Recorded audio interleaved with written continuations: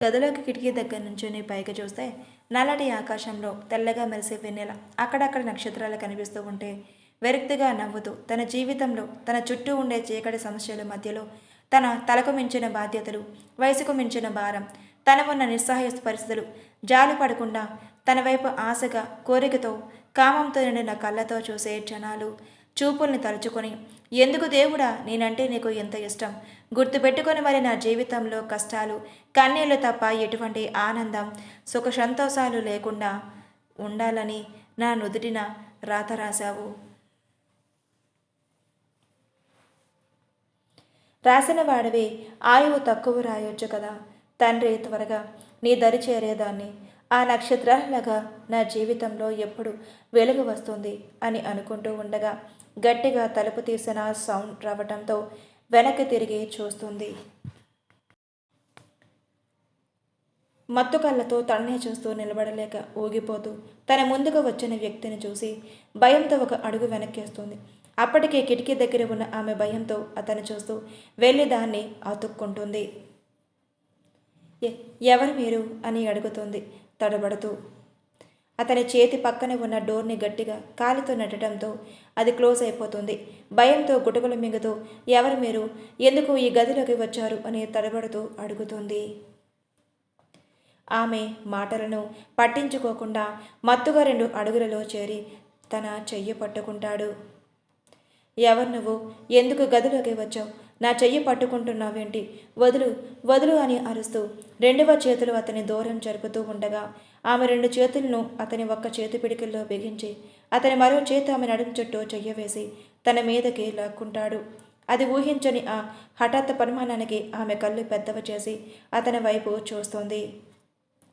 ఆ కంటిలో నుంచి జాలువారే కన్నీళ్లు ఆమె చెంపలపై జారగా అతని కన్నీటికి ఆమె ఇంకా అందంగా కనపడుతూ ఉంటే ఎర్రటి పెదాలు అదురుతూ ఉంటాయి. వాటిని చూస్తూ ఉండలేక వెంటనే పెదాలను అతని పెదాలతో బంధించేస్తాడు. అతని చేతిలో ఉన్న ఆమె నడుం ఒత్తుతూ ఆమె పెదాల్లోని తేనె మధురేమలు జుర్రుకుంటూ ఆమె ఎంత గింజుకున్నా వదలకుండా అతని చేతి పిడికిల్లో ఆమె చేతులను గట్టిగా బంధిస్తాడు. ఏకదాటిగా కన్నీరు ఆమె కంటి నుంచి వర్షిస్తున్నా అతని పట్టించుకునే స్థితిలో లేడు. ఆమె ఊపిరి భారమైన క్షణాన అతను తన ఊపిరిని అందిస్తూ ఆమె ఊపిరిని తను తీసుకుంటూ పెదాల కలయికను ఇంకా కొంచెంసేపు కొనసాగిస్తాడు. నిస్సహాయంగా తను చూస్తున్న మత్తురండే కళ్ళతో ఆమెను చూస్తూ ఇంకొక సెకండ్లో తన ఊపిరి ఆగిపోతుందేమో అనుకున్న క్షణాన ఆమెను వదిలి వెనక్కి నెట్టడంతో తనని తాను నిలదొక్కుకోలేక వెనకాల ఉన్న గోడకు తగిలి కింద పడిపోతుంది. ఒక్కసారిగా గుండె నిండా ఊపిరి పీల్చుకొని ఆయాసపడుతూ ఉన్న ఆమె దగ్గరకు వచ్చి ఆమె చేత పట్టుకొని పైకి లేపి తన బలమైన చేతులతో గట్టిగా లాగటంతో తన ఒంటి మీద ఉన్న డ్రెస్ చిరిగిపోతుంది. ఏడుస్తూ వెంటనే తన 2 చేతులతో ఎదకు అడ్డుగా పెట్టుకొని ఎవరు నువ్వు, ఎందుకు నాతో ఇలా ప్రవర్తిస్తున్నావు అని వెక్కిళ్ళ మధ్యలో అడుగుతూ ఉన్నా అతను అవేం పట్టించుకోకుండా ఆమెను బలవంతంగా 2 చేతులతో ఎత్తుకొని బెడ్ మీదకు విసిరేస్తాడు. బెడ్ మీద ఒక్కసారిగా పడటంతో అమ్మ అని గట్టిగా అరుస్తుంది. అతని నోటి నుంచి ఎటువంటి మాట రాదు. గుండెలకు అడ్డుగా పెట్టుకున్న చేతులు తీసివేయటంతో అతను ఒక్కసారిగా ఆమె మీదకు చేరిపోతాడు. తన చేతులతో అతన్ని తొయ్యటానికి ఎంత ప్రయత్నించినా ఆమె వల్ల కాదు.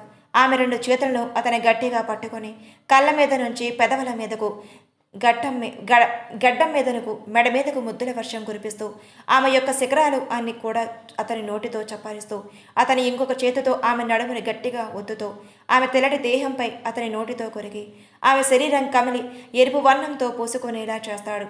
ఆమె ఏడుస్తున్నా అరుస్తున్నా అతనిలో ఇంకా తాపం పెరుగుతుందే తప్ప ఏమాత్రం తగ్గదు. ఆమె బాధ అతనికి పట్టదు. అలా ఆమె శరీరం మీద ముద్రలు వేస్తూ తన శిఖరాలతో ఆడుకుంటూ ప్యాంటు కూడా లాగేసి తన యొక్క ఆడతనంతో ఆడుకుంటూ ఇక ఆగలేక బలవంతంగా ఆమెలోకి ప్రవేశిస్తారు. నొప్పికి అని గట్టిగా అరుస్తుంది. ఆమె ఆర్తనాదం కూడా అతనికి ఒక నాదస్వరంలా వినిపిస్తుంది. ఆమె కన్నీళ్లు అతనిలోని దేవాగ్నికి ఇంకా పెంచుతాయి. అతని కదలికలు ఆమె ప్రాణం పోతున్నట్టు అనిపిస్తూ అతని వదిలిన ఆమె చేతులు అతనికి రక్తం వచ్చేలాగా గోళ్ళతో గిచ్చుతున్నా ఆ నొప్పిని అతనిలో కోరికను ఇంకా ఆర్ధ్యం పోస్తూ ఉంటుంది. అతని నడుము కదలికల చేతితో చేస్తే పనులు ఆమెలో నుంచి వర్షిస్తున్న ఏకదాటి కన్నీటికి అలసిపోయి స్పృహ కోల్పోతుంది. ఆయన అదేం పట్టించుకోకుండా అతను తన తాపం తగ్గడం కోసం, కోరిక తినటం కోసం తనలో మగతనాన్ని శాంతపరచుకోవడం కోసం ఆమెలోకి ప్రవేశించి వేగాన్ని పెంచి అతని మగతనాన్ని శాంతపరచుకొని అలసిపోయి ఒళ్ళంతా చెమటలు కారుతూ అలాగే తన పక్కన వాలిపోతాడు. ఎప్పటికో మెలికి వచ్చిన ఆమె తన ఒంటి మీద జరిగిన దాడికి, తన పైన జరిగిన అఘాయిత్యానికి ఏడుస్తూ ఆమె పక్కనే అలసిపోయి పడుకున్న అతను చూసి, ఎవర్రా నువ్వు, ఎందుకు నా జీవితాన్ని నాశనం చేశావు, అసలు ఎవరు నువ్వు అని ఏడుస్తూ ఒళ్ళంతా పచ్చి కుండులా అనిపించి అక్కడి నుంచి వాష్రూమ్లోకి వెళ్ళి షవర్ కింద నిలబడి ట్యాప్ ఆన్ చేస్తుంటే పైనుంచి పడే చల్లటి నీళ్లు ఒంటిపై ఉన్న గాయాలను తాకితే ఇంకా ఎక్కువగా మంట కనిపిస్తోంది. పైన దేహం పైన ఉన్న మంట కంటే తన మనసులో నుంచి వచ్చే బాధ తెలియని వ్యక్తి తను తాగాడు అని, తన జీవితాన్ని నాశనం చేశాడని గుర్తొచ్చి ఆలోచన ఆమెను దహించి వేస్తోంది. ఎందుకు నాకు ఈ బ్రతుకు అని ఆమె అనుకున్న తన కోసం ఎదురు చూసే తన చెల్లి గుర్తుకు రావటంతో వాళ్ళ కోసమైనా జీవించాలి అని తన కన్నీళ్లను ఆ షవర్ వాటర్లోనే కలిపేసి 15 నిమిషాలకు బయటకు వచ్చి తన బ్యాగ్లో ఉన్న డ్రెస్ తీసుకొని వేసుకొని ఒకసారి అతని వైపు చూసి, జీవితంలో నేను ఎప్పటికీ క్షమించను అని మనసులో అనుకుని ఆ గది దాటి బయటకు వస్తుంది. ఎప్పటికో మెలకు వచ్చి కళ్ళు తెరిచి చుట్టూ చూసిన అతనికి తన ఎక్కడ ఉందో అర్థం కాక తలంతా భారంగా పట్టేసినట్టు ఉండేసరికి లేచి కూర్చొని 2 చేతులతో తలను పట్టుకొని ఒత్తుతూ, అసలు ఏమయ్యింది, నేనెందుకు ఈ గదిలో ఉన్నాను, రాత్రి పాటేకని ఈ హోటల్కి వచ్చాను, అలాంటిది నేను ఈ గదిలో ఏం చేస్తున్నాను, అసలు గదిలోకి ఎలా వచ్చాను అని ఆలోచిస్తూ ఉండగా రాత్రి జరిగిందంతా లీలగా అతనికి కనిపిస్తుంది. ఎవరా అమ్మాయి, అసలు నేను ఎలా చేశాను, ఒక అమ్మాయి అనుమతి లేకుండా ఆ అమ్మాయి జీవితాన్ని నాశనం చేశాను అని అనుకుంటాడు. ఆ అమ్మాయి మొహం కనపడదు, కానీ తనతో అతను ప్రవర్తించిన తీరు, ఆ అమ్మాయి ఏడ్చిన ఏడుపు అంతా అతనికి గుర్తొస్తుంది. ఎంత పని చేశాను, అసలు ఆ అమ్మాయి ఎవరు, ఎందుకు నేను ఇలాంటి పని చేశాను అని తానే తిట్టుకుంటూ అని అరుస్తూ, ఛీ హర్ష, నువ్వేంట్రా, ఎప్పుడు ఎవరిని బాధపడని నువ్వు ఇలా ఎవరో తెలియని ఒక అమ్మాయి లైఫ్ని స్పాయిల్ చేశావు అని తనలో తానే తిట్టుకుంటూ ఉండగా అతని మొబైల్ రింగ్ అయిన సౌండ్ రావడంతో మొబైల్ ఎక్కడ అని వెతుకుతూ ఉండగా బెడ్ కింద పడిపోయి ఉన్న మొబైల్ తీసుకొని లిఫ్ట్ చేసి, చెప్పు డాడ్ అని అంటాడు. ఎక్కడికి వెళ్ళావు హర్ష, నేను పార్టీ ఉందని ఇంట్లో నుంచి వెళ్ళావు, ఇప్పటి వరకు ఇంటికి రాలేదు, మీ అమ్మ తెగ కంగారు పడిపోతుంది, తొందరగా ఇంటికి రా ముందు అని అంటారు. ఆ మాటకి హర్ష వస్తున్నాను డాడ్ అని కాల్ కట్ చేస్తాడు. ఆ గది మూలన రాత్రి మత్తులో పడేసిన డ్రెస్ని తీసుకొని ఆ హోటల్ నుంచి బయటకు వస్తుండగా ఆ హోటల్లో సీసీ కెమెరా ఉండటం గమనించి వెంటనే రిసెప్షన్ దగ్గరికి వెళ్ళి, నేనే నైట్ సీసీటీవీ ఫొటోస్ చూడాలి అని అంటాడు. అతను ఆ హోటల్ ఓనర్ కొడుకు అవటంతో వెంటనే అతను అడిగిన ఫొటోస్ చూపిస్తాడు. అతను మత్తుగా తూలుతూ తలుపు నెట్టుకొని ఆ గదిలోకి వెళ్ళటం కనిపిస్తుంది. తర్వాత ఆ గదిలో నుంచి ఒక అమ్మాయి ఏడుస్తూ బయటకు వస్తూ కనిపిస్తుంది. వెంటనే హర్ష కెమెరాతో ఆ అమ్మాయి ఫోటోని బంధిస్తాడు. ఇక నువ్వే నా భార్యవి అని అక్కడి నుంచి ఇంటి దారి పడతాడు. హర్ష ఇంటికి వెళ్ళేసరికి తన కోసమే ఎదురు చూస్తూ ఉంటుంది తల్లి సుగుణ. హాల్లో తన కోసం ఎదురు చూస్తూ ఉన్న తల్లిని చూసి, ఏంటి మమ్మీ, ఎందుకంత టెన్షన్ పడతావు, నేనేమన్నా చిన్న పిల్లనా తప్పిపోవడానికి, ఏదో నేను మన హోటల్లో చిన్న పార్టీ జరిగింది, లేట్ అయ్యిందని అక్కడే పడుకుండిపోయాను, దానికి నువ్వెంత టెన్షన్ పడటం, నిన్ను చూసి డాడీ టెన్షన్ పడటం, ఫోన్ చేసి నేను టెన్షన్ పడ్డం అవసరమా ఇన్ని టెన్షన్స్ అని అంటాడు నవ్వుతూ. నీకు తెలియదు కన్నా, ఒకరోజు నేను చూడకపోతే నీకు ఏదో అవుతుంది అన్న భయం నా మనసులో కలవర పెడుతుంది, అందుకే నీకోసం ఎదురు చూస్తూ ఉన్నాను. అయినా మొహం ఏంటి ఎలా వాడిపోయింది, నైట్ సరిగా పడుకోలేదా, చూడు మొహం అంతా అలసిపోయినట్లుగా ఎలా ఉందో, వెళ్ళి ఫ్రెష్ అయ్యరా, టిఫిన్ చేద్దువు అని అంటుంది. హర్ష నవ్వుతూ తన గదిలోకి వెళ్ళిపోతాడు. డ్రెస్ తీసేసి స్నానానికి వెళ్ళి షవర్ కింద నుంచొని ఉన్న హర్షకి ఆ చల్లటి నీళ్లు తన ఒంటి మీద పడటంతో ఒంటి మీద ఉన్న గాయాలు మంట పుడతాయి. అబ్బా ఏంటి ఇంత మంటగా ఉంది వీపంతా అని సైడ్ మిర్రర్కి అతని బాడీని చూసుకున్న అతను రాత్రి తను చేసిన దారుణానికి ఆ అమ్మాయి చేతి గుర్తులను గ్రహించి, ఇక నుంచి నా ఒంటి మీద చెయ్యి వేసి అధికారం నీకు తప్ప ఎవరికీ లేదు, ఈ గాయాలు మానేలోపే నేను నా దాన్ని చేసుకుంటాను అని మనసులోనే అనుకుని స్నానం చేసి బయటికి వస్తాడు. తల్లి టిఫిన్ పెడితే తినేసి, అమ్మ నేను బయటికి వెళ్ళాలి అని అంటాడు. ఇప్పుడే కదా వచ్చింది నాన్న, అప్పుడే బయటికి ఎక్కడికి అని అడుగుతుంది సుగుణ. ఫ్రెండ్ని కలవాలి అర్జెంట్ అని చెప్పి గబగబా టిఫిన్ తినేసి కార్ తీసుకుని తన ఫ్రెండ్ వినయ్ ఉండే రూమ్కి వెళ్ళిపోతాడు. డోర్ కొట్టిన సౌండ్కి నిద్ర లేచిన వినయ్ డోర్ ఓపెన్ చేసి ఎదురుగా ఉన్న హర్షాన్ని చూసి, హాయ్రా, ఏంటి ఇంత ఉదయాన్నే వచ్చావు, అప్పుడే నీ మత్తు వదిలిపోయిందా అని నవ్వుతూ ఆవలిస్తూ అడుగుతాడు. నీ అబ్బా అని కాల్తో ఒక తన్ను తన్నటంతో అది ఊహించని వినయ్ ఆ దెబ్బకి 2 అడుగుల దూరంలో కింద పడతాడు. ఏడుపు మొహంతో హర్షాన్ని చూస్తూ, ఏమైందిరా, ఎందుకు నన్ను కొడుతున్నావు అని అడుగుతాడు. రాత్రి ఏం కలిపావురా నేను తాగిన డ్రింకులో అని అడుగుతాడు. నేనేం కలిపానురా, అయినా నీకెందుకు వచ్చింది ఆ డౌట్ అని అంటాడు పైకి లెగుస్తూ. నిజం చెప్పు, లేకపోతే చచ్చావే నా చేతిలో ఈవేళ. నీ పాడి కడతా, చెప్తావా లేదా అని ఇంకొక తన్ను అతని పొట్టలో తంతాడు. మళ్ళీ వెళ్ళి అదే ప్లేస్లో పడి, ప్లీజ్ ఆగరా హర్ష, నిజంగా నాకేం తెలియదు. రాత్రి నాకు ఫుల్గా డ్రింక్ ఎక్కువయ్యింది. నన్నే శేఖర్ గారు తీసుకువచ్చాడు. నిజంగా నువ్వేం అడుగుతున్నావో నాకైతే తెలియదు అంటాడు ఏడుపు మొహం పెట్టుకొని.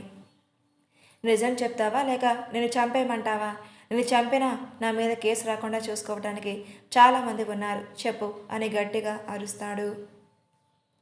నిజంగా రా సామి, నాకేం తెలియదు.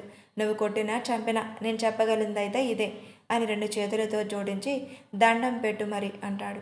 అయినా నువ్వెక్కడికి చచ్చావు రాత్రి? నాకు కనపడలేదు. నీకోసం అక్కడంతా వెతికాను. నువ్వు కనపడకపోయేసరికి ఆ శేఖర్ గడే నన్ను రూమ్కి తీసుకొని వచ్చాడు అని అంటాడు.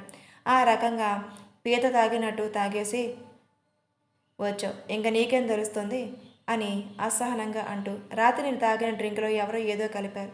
ఆ విషయం తెలియక నేను డ్రింక్ తాగాను. దానివల్ల మత్తుతో ఒక అమ్మాయి లైఫ్ని స్పాయిల్ చేశాను అని అంటాడు. అప్పటి వరకు తన్నిన తన్నులకి తగిలిన దెబ్బలకు నొప్పిని పక్కన పెట్టి, ఏంట్రా నువ్వనేది? నువ్వు ఒక అమ్మాయి లైఫ్ని నాశనం చేశావా? అసలు ఏం జరిగిందిరా అని హర్ష కాళ్ళ దగ్గర వచ్చి అడుగుతాడు వినయ్.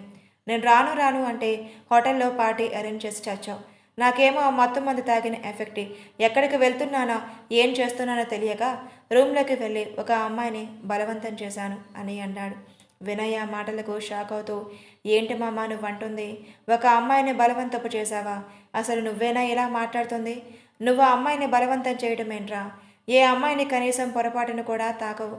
అలాంటిది ఒక అమ్మాయి ఇష్టం లేకుండా ఆ అమ్మాయిని అనుభవించాను అని చెప్తున్నావా అని ఆశ్చర్యంగా అడుగుతాడు. అదే యదవా నేను చెప్పేది.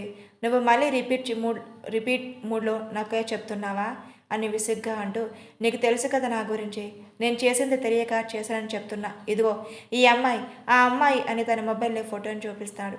ఆ అమ్మాయి చాలా బాగుందిరా మామ అని ఆ ఫోటోలో చూస్తూ ఉంటే, నువ్వేం చేస్తావో నాకు తెలియదు. అసలు రాత్రి నాకు మొత్తం ముందు ఇచ్చింది ఎవరు నాకు తెలియాలి. అలాగే ఈ అమ్మాయి ఎక్కడ ఉందో కూడా నాకు తెలియాలి. లేదా నేను జరిగిన నీ బర్త్డే అయితే ఈవేళ నీ డెత్ డే అవుతుంది అని వార్నింగ్ టోన్లో అంటాడు. నా బర్త్డే నాకే డెత్ డే వచ్చింది అని తల కొట్టుకుంటూ, ముందైతే ఫ్రెష్ అయ్యి ఏదైనా తిని ట్యాబ్లెట్స్ వేసుకోవాలి, ఒళ్ళంతా నొప్పులుగా ఉన్నాయి అని హర్ష కొట్టిన చోట నొక్కుంటూ తను డ్రెస్ తీసుకొని వాష్రూమ్లోకి వెళ్ళిపోతాడు. కాసేపటికి ఇద్దరు బయటకు వెళ్తారు.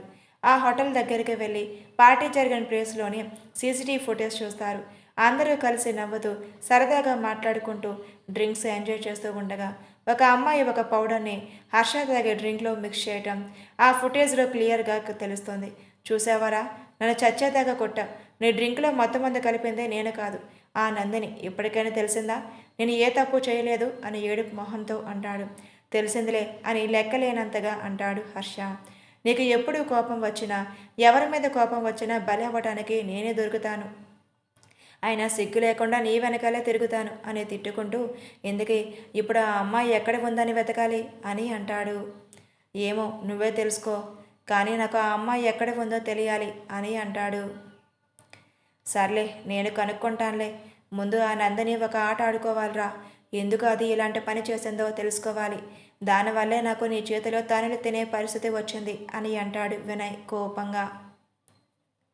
ఇద్దరు నందిని ఉన్న ఇంటికి వెళ్తారు.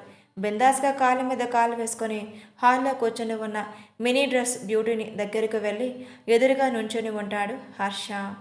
హర్షాన్ని చూసి కాఫీ కప్ పక్కన పెట్టి, హాయ్ హర్ష, ఏమైపోయావు? ఎక్కడికి వెళ్ళావు?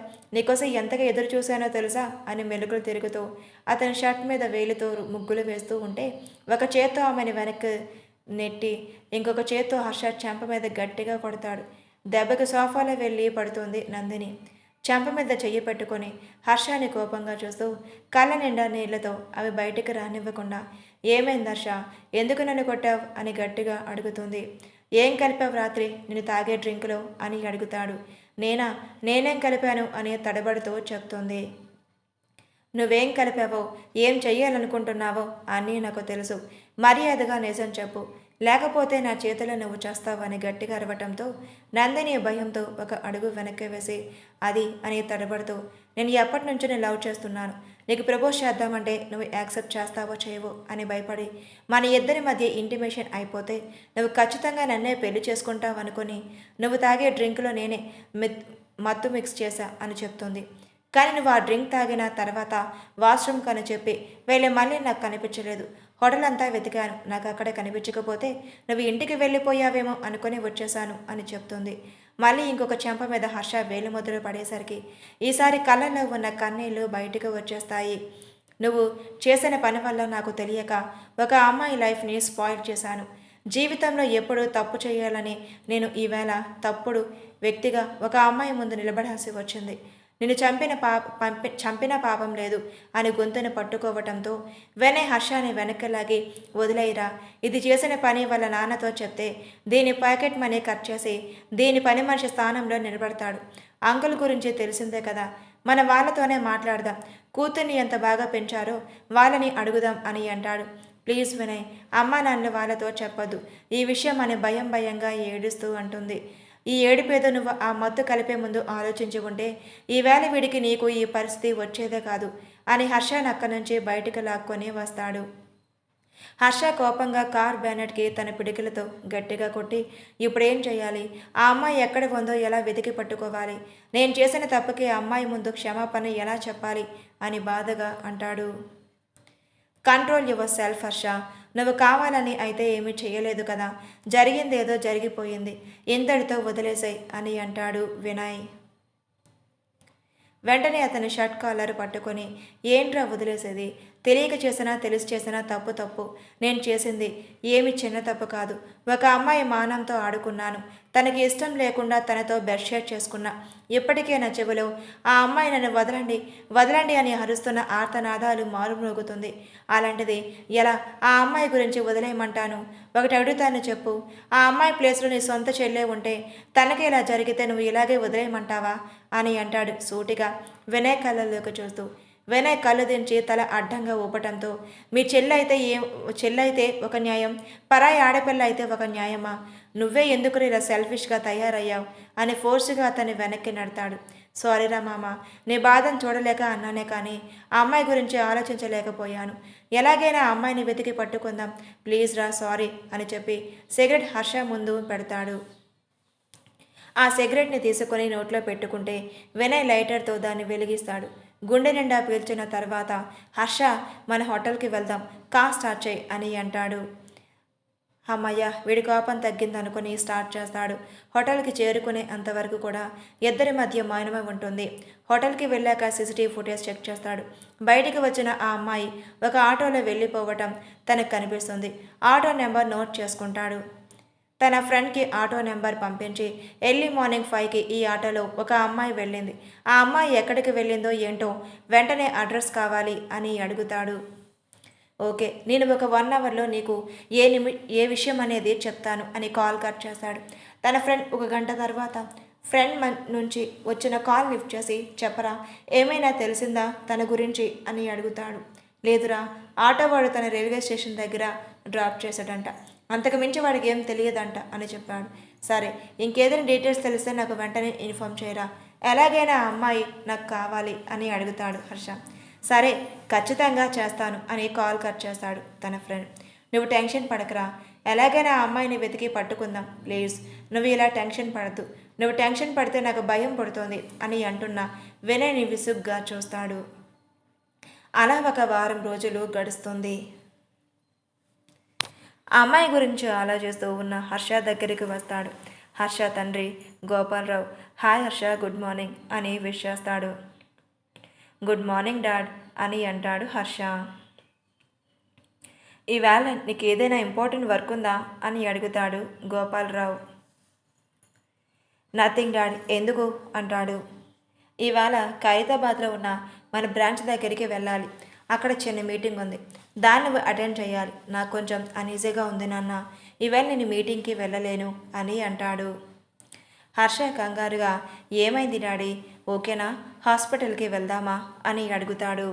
ఇప్పుడు అంతా ఓకేనా, జస్ట్ కఫ్ అండ్ కోల్డ్ కదా, అందుకే కొంచెం అనీజీగా ఉంది.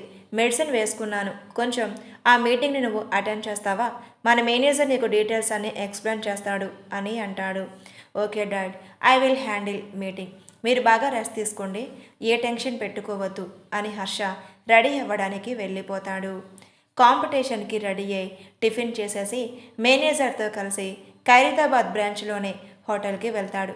వినయ్కి కాల్ చేసి అక్కడికి రమ్మని ఫోన్ చేసి మీటింగ్ అటెండ్ చేస్తాడు. సక్సెస్ఫుల్గా మీటింగ్ ఫినిష్ చేసుకొని తన రూమ్కి వచ్చిన హర్షకి తన రూమ్లో వెయిట్ చేస్తూ ఉన్న వినయ్ని చూసి ఎంతసేపు అయిందిరా వచ్చి అని తన ఒంటి మీద ఉన్న బ్లేజర్ని తీస్తూ అడుగుతాడు. ఒక హాఫ్ అన్ అవర్ అవుతుంది మామ. అయినా నువ్వేంట్రా ఈవేళ సడన్గా బిజినెస్ మ్యాన్లా తయారయ్యావు ఏంటి కదా? ఇక నుంచి ఈ గెటప్లోనే బుద్ధిమంతుడిలాగా ఉంటావా ఏంటి అని నవ్వుతూ అడుగుతాడు. నీ బొంద, అదేం కాదు. డాడీకి హెల్త్ బాగాలేదు, అందుకే ఈవేళ మీటింగ్కి నేను అటెండ్ చేయాల్సి వచ్చింది.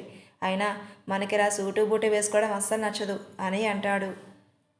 సరే అయితే ఏంటి ఈవేళ ప్రోగ్రాం? నన్ను ఎందుకు ఇక్కడికి రమ్మన్నావు అని అడుగుతాడు. ఏం లేదు, మీ చెల్లి ఎక్కడ ఉందో వెతుకుదామని నిన్ను పిలిచాను అని వెయిటర్కి కాఫీ తెమ్మని మెసేజ్ చేసి ఇద్దరు మాటల్లో పెడతారు. కాసేపటికి వెయిటర్ కాఫీ తీసుకురావడంతో ఇద్దరు దాన్ని తాగుతారు. కాఫీ టేస్ట్ వాళ్ళకి బాగా నచ్చుతుంది. వెయిటర్ని పిలిచి ఎవరి కాఫీ ప్రిపేర్ చేసింది అని అడుగుతాడు. తను మన హోటల్లో న్యూగా జాయిన్ అయిన చెఫ్ సార్ అని అంటాడు. ఆ వెయిటర్ తడబడుతూ ఓకే అని కొంత అమౌంట్ ఆ వెయిటర్కి ఇచ్చి ఆ చెఫ్కి ఇచ్చేయండి, చాలా బాగా కాఫీ పెట్టింది అని ఇద్దరు ఆ రూమ్ నుంచి బయటకు వస్తూ ఉండగా గోపాలరావు ఫోన్ చేయటంతో మాట్లాడుతూ ఎదురుగా నవ్వుతూ కాఫీ సర్వ్ చేస్తున్న అమ్మాయిని చూసి షాక్తో నిలబడిపోతాడు హర్ష. హర్ష వెనకాల ఉన్న వినయ్ సడన్గా నిలబడిపోయిన హర్షని చూసి ఏమయ్యింది, ఎందుకలా నిల్చుండిపోయావు వీడు అని ఆలోచిస్తూ హర్షని చూస్తున్న వైపు చూస్తాడు వినయ్. హర్ష చూస్తున్న వైపు చూసిన వినయ్ కూడా ఆమెను చూసి షాక్లో ఉండిపోతాడు. హలో హలో అని హర్ష వినిపిస్తున్న తండ్రి మాటలకు తేరుకొని నేను తర్వాత కాల్ చేస్తాను డాడ్. కాల్ కట్ చేసి ఆ అమ్మాయి దగ్గరికి వెళ్ళి నిల్చుంటాడు. నవ్వుతూ వెనక్కి తిరిగి తన ఎదురుగా ఉన్న హర్షని చూసి షాక్తో తన చేతిలోని కాఫీ ట్రేని వదిలేస్తుంది. ఆ సౌండ్కి వెంటనే తేరుకొని హర్షని కళ్ళ నిండా నీళ్లతో కోపంగా చూస్తూ కింద పడిన కాఫీ కప్పుల్ని ట్రేలో పెట్టి అక్కడి నుంచి లోపలికి వెళ్ళిపోతుంది. ఏడుస్తూ లోపలికి వచ్చిన ఆ అమ్మాయిని చూసి తన కేశవ్ ఏమైంది, ఎందుకు ఏడుస్తున్నావు అని అడుగుతుంది. ఆమె మాట కూడా పట్టించుకోకుండా వాష్రూమ్లోకి వెళ్ళిపోతుంది. ఏమైంది దీనికి, ఇప్పుడు దాకా బాగానే ఉంది కదా. తను తెచ్చిన వైపు చూసిన అమ్మాయి కప్పులు కింద పడి ఉంటాయి, అవి పగిలినాయి అని ఏడుస్తుందా అని ఆలోచిస్తూ ఉంటుంది. సిరి కళ్ళల్లో కోపం బాధ చూసిన హర్షకి కూడా చాలా బాధగా అనిపిస్తుంది. తను ఇక్కడ ఉందేంటి అని అనుకుంటూ ఉండగా వెనకాల ఉన్న మేనేజర్ని చూసి తనేంటి ఇక్కడ ఉంది అని అడుగుతాడు. తను న్యూగా జాయిన్ అయిన న్యూ చెఫ్ సార్, పేరు సిరిచందన. ఆ అమ్మాయి నీకు తెలుసా అని అడుగుతాడు. వినయ్ మీరు వెళ్ళండి, మేము వెళ్ళిపోతాం అని మేనేజర్ని పంపిస్తాడు. హర్షని చూసి రే ఎక్కడో వెతికాం ఆ అమ్మాయి గురించి, ఇక్కడ మన హోటల్లోనే వర్క్ చేస్తుంది, ఒకసారి వెళ్ళి తనతో మాట్లాడు అంటాడు. భయంగా ఉందిరా, అసలు ఏమని మాట్లాడాలి, ఎలా మొదలు పెట్టాలి, చూసావుగా తను ఎలా చూస్తూ వెళ్ళిందో, నా జీవితాన్ని నాశనం చేసి మళ్ళీ నా ముందుకు వచ్చి ధైర్యంగా నిలబడ్డావా నువ్వు అన్నట్టుగా ఉంది ఆమె చూపు అని బాధగా ఉంటాడు. తనతో నువ్వు మాట్లాడితేనే కదా నువ్వు చేసిన తప్పుకి నువ్వు ఎంత బాధపడుతున్నావో తెలుస్తుంది. నువ్వే ఏమీ కావాలని చేయలేదు కదా, తెలియక చేసిందే కదా, వెళ్ళి తనతో మాట్లాడు అని అంటాడు వినయ్. కిచెన్ రూమ్లోకి వెళ్ళిన హర్షకి సిరి ఎక్కడా కనపకపోవటంతో అక్కడ వంట చేస్తూ ఉన్న ఇంకో అమ్మాయిని చూసి ఇప్పుడు సిరి అనే అమ్మాయి లోపలికి వచ్చింది కదా, తను ఎక్కడా అని అడుగుతాడు. ఆ అమ్మాయికి హర్ష ఎవరో తెలియటంతో తను అని తలపడుతూ సిరి వాష్రూమ్లోకి వెళ్ళింది సార్, తను న్యూగా జాయిన్ అయ్యింది సార్, తెలియక కాఫీ కప్పులు పగలగొట్టింది, ఈ ఒక్కసారికి తను క్షమించండి సార్, తను చాలా మంచి కుకింగ్ కూడా చాలా బాగా చేస్తుంది అని భయంగా హర్షని చూస్తూ చెబుతుంది. ఒకసారి తనని నా రూమ్కి పంపించండి అని హర్ష అక్కడి నుంచి వెళ్ళిపోతాడు. వినయ్ హర్షని చూసి మాట్లాడవా, ఏముంది తనతో, ఏమంది తను అని అడుగుతాడు. తను లేదు, మన రూమ్కి వెళ్దాం, తనే అక్కడికి వస్తుంది అని హర్ష తన రూమ్కి వెళ్ళటంతో వినయ్ కూడా హర్షని ఫాలో చేస్తాడు. వాష్రూమ్ నుంచి బయటకు వచ్చిన సిరిని చూసి తన ఫ్రెండ్ విమల, నీకోసం మన చైర్మన్ సార్ వాళ్ళ అబ్బాయి వచ్చారు, ఒకసారి వెళ్ళి ఆయన్ని పలకరించురా అని అంటుంది. నేనా, కానీ ఎందుకు అని అడుగుతూ సిరి భయపడుతుంది. ఆయన చాలా మంచివాడు. అప్పుడప్పుడు ఇక్కడికి వస్తూ ఉంటాడు. ఎవరిని ఏమీ అనడు. తన పని తాను చూసుకొని వెళ్ళిపోతాడు. భయపడద్దు అని ధైర్యం చెబుతుంది. సరే అని హర్ష రూమ్ ఎక్కడో తెలుసుకొని అక్కడికి వెళ్తుంది. రూమ్ డోర్ నాక్ చేసి మే ఐ కమిన్ సార్ అంటుంది. డోర్ దగ్గర నుంచొని యాస్ కమింగ్ అన్న వాయిస్కి తలుపు తీసుకొని లోపలికి అడుగుపెట్టింది సిరి. అక్కడ చైర్లో కూర్చొని ఉన్న వాళ్ళని చూసి భయపడుతూ ఎక్స్క్యూజ్ మీ సార్ పిలిచారంట అని అడుగుతుంది సిరి. ఎదురుగా రివాల్వింగ్ చైర్లో కూర్చుని ఫైల్ ఫేస్ ముందు పెట్టుకుని ఉన్న హర్షాన్ని చూసి పక్కనే సోఫాలో కూర్చుని ఉన్న వినయ్ని, సిరిని, హర్షాన్ని చూస్తూ ఉంటాడు. తన ఫేస్ ముందు ఉన్న ఫైల్ని తీసి నవ్వుతూ ఎలా ఉన్నావు సిరి అని అడుగుతాడు. సిరి షాకింగ్గా హర్షాన్ని చూస్తూ కోపంగా ఎరుపు వర్ణాన్ని సంతరించుకున్న కళ్ళతో ఏం మాట్లాడకుండా అతన్నే చూస్తూ ఉంటుంది. హర్ష తన చైర్ నుండి పైకి లేచి సిరి ముందుకు వచ్చి ఐఎమ్ సారీ అది ఆ రోజు నేను అని అంటూ ఉండగానే సిరి చెయ్యి అతని చెంపను తాకుతుంది. అప్పటికి ఆమె కంటి నిండా నీళ్లతో హర్షాన్ని చూస్తూ అతని కాలర్ పట్టుకొని ఎందుకు నా లైఫ్ నాశనం చేశావు? నువ్వు చేసిన పని వల్ల నీ ఎంత అవమానపడాల్సి వచ్చిందో నీకు తెలుసా? నా జీవితాన్ని నాశనం చేసే హక్కు నీకు ఎవరు ఇచ్చారు? నువ్వు చేసిన పని వల్లనే ఈరోజు హాస్పిటల్లో ఉంది మా అమ్మ. అసలు ఎవరు నువ్వు? ఎందుకు నా జీవితాన్ని నాశనం చేశావని ఏడుస్తూ అతని నుంచి కిందకు జారిపోయి నేల మీద కూర్చుండిపోయి ఏడుస్తూ ఉంటుంది. ఇదంతా చూస్తూ ఉన్న వినయ్ హర్షాన్ని సిరి కొట్టడంతో షాక్ అయినా ఆమె ఏడుపుకి అతనికి కూడా చాలా బాధగా అనిపిస్తుంది. హర్ష మోకాల మీద సిరి ఎదురుగా కూర్చొని సారీ సిరి, నేను కావాలని చేయలేదు, నాకే తెలియకుండా మత్తులో తప్పు జరిగిపోయింది, ప్లీజ్ నన్ను క్షమించు అని నేను నిన్ను పెళ్లి చేసుకుంటాను అని అంటాడు. సిరి తన కన్నీళ్లు తుడుచుకొని హర్షాన్ని కోపంగా చూస్తూ ఏంటి పెళ్లి చేసుకుంటావా? అంటే నా జీవితంలోకి రావటం మీకు ఇష్టమా? నాకు ఇష్టం లేకుండా నా సిరిని తాకటం నీ ఇష్టం. ఇప్పుడు పెళ్లి చేసుకోవటం కూడా నీ ఇష్టమేనా? నన్ను ఏమైనా మనిషిని అనుకుంటున్నావా లేక జంతువుని అనుకుంటున్నావా? ఇష్టం వచ్చినట్టు నువ్వు చేయటానికి అవతల ఉన్న మనిషిని కూడా ఎటువంటి ఫీలింగ్స్ ఉంటాయో కనీసం ఆలోచించవా?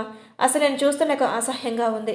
అలాంటిది నేను పెళ్లి చేసుకుంటానని ఎలా అనుకుంటున్నావు అని పైకి లేచి చూడు, నువ్వు ఎవరైనా కావచ్చు, నీ దగ్గర ఎంత డబ్బైనా ఉండొచ్చు. ఆ డబ్బుతో మనుషులు నీ దగ్గర రప్పించుకొని నీకు కావాల్సింది వాళ్ళతో చేపించగలరేమో. నేను అందరిలాంటి దాన్ని కాదు. డబ్బు కోసం నీ వెంట పడేదాన్ని అస్సలు కాదు. నీ దగ్గర డబ్బు ఉంది కదా అని నువ్వు ఎలాంటి వాడివైనా పర్లేదు. నేను పెళ్లి చేసుకుంటాను అని అమ్మాయి అయితే అస్సలు కాను. నీ వల్ల నా జీవితంపై ఒక మచ్చపడింది. దాన్ని పోగొట్టుకోవడానికి నేను పెళ్లి చేసుకొని నీ కింద దాసిలాగా బతకాల్సిన అవసరం నాకు లేదు. నేను కష్టపడి పనిచేసి డబ్బు సంపాదించి బ్రతకగలను. నా కుటుంబాన్ని పోషించగలను. ఎవరి దయా దక్షిణ్యాలు నాకు అవసరం లేదు. నేను చావనన్నా చేస్తాను కానీ నిన్ను మాత్రం పెళ్లి చేసుకోను అని కోపంగా చెప్పి అక్కడి నుంచి వెళ్ళిపోతుంది. వెళ్తున్న సిరిని అలాగే చూస్తూ ఉంటాడు హర్ష. అతని ముఖంలో నవ్వును చూసి తను కొడితే నీకు నొప్పిగా ఉండాలి, తను ఏడిస్తే నువ్వు బాధపడాలి, తను నిన్ను పెళ్లి చేసుకోనని కోపంగా చెప్పి వెళ్తుంటే నువ్వేంట్రా అలా నవ్వుతున్నావు? కొంపదీసి తను కొట్టిన చెంపదెబ్బకి నీ బ్రెయిన్లో చిప్పేమన్నా దొబ్బిందా ఏంటి అని అడుగుతాడు వినయ్. హర్ష ఎందుకు నవ్వుతున్నాడు అర్థం కాక తను చూసావరా, నువ్వు తన మాట విన్నావా అని మళ్ళీ నవ్వుతాడు.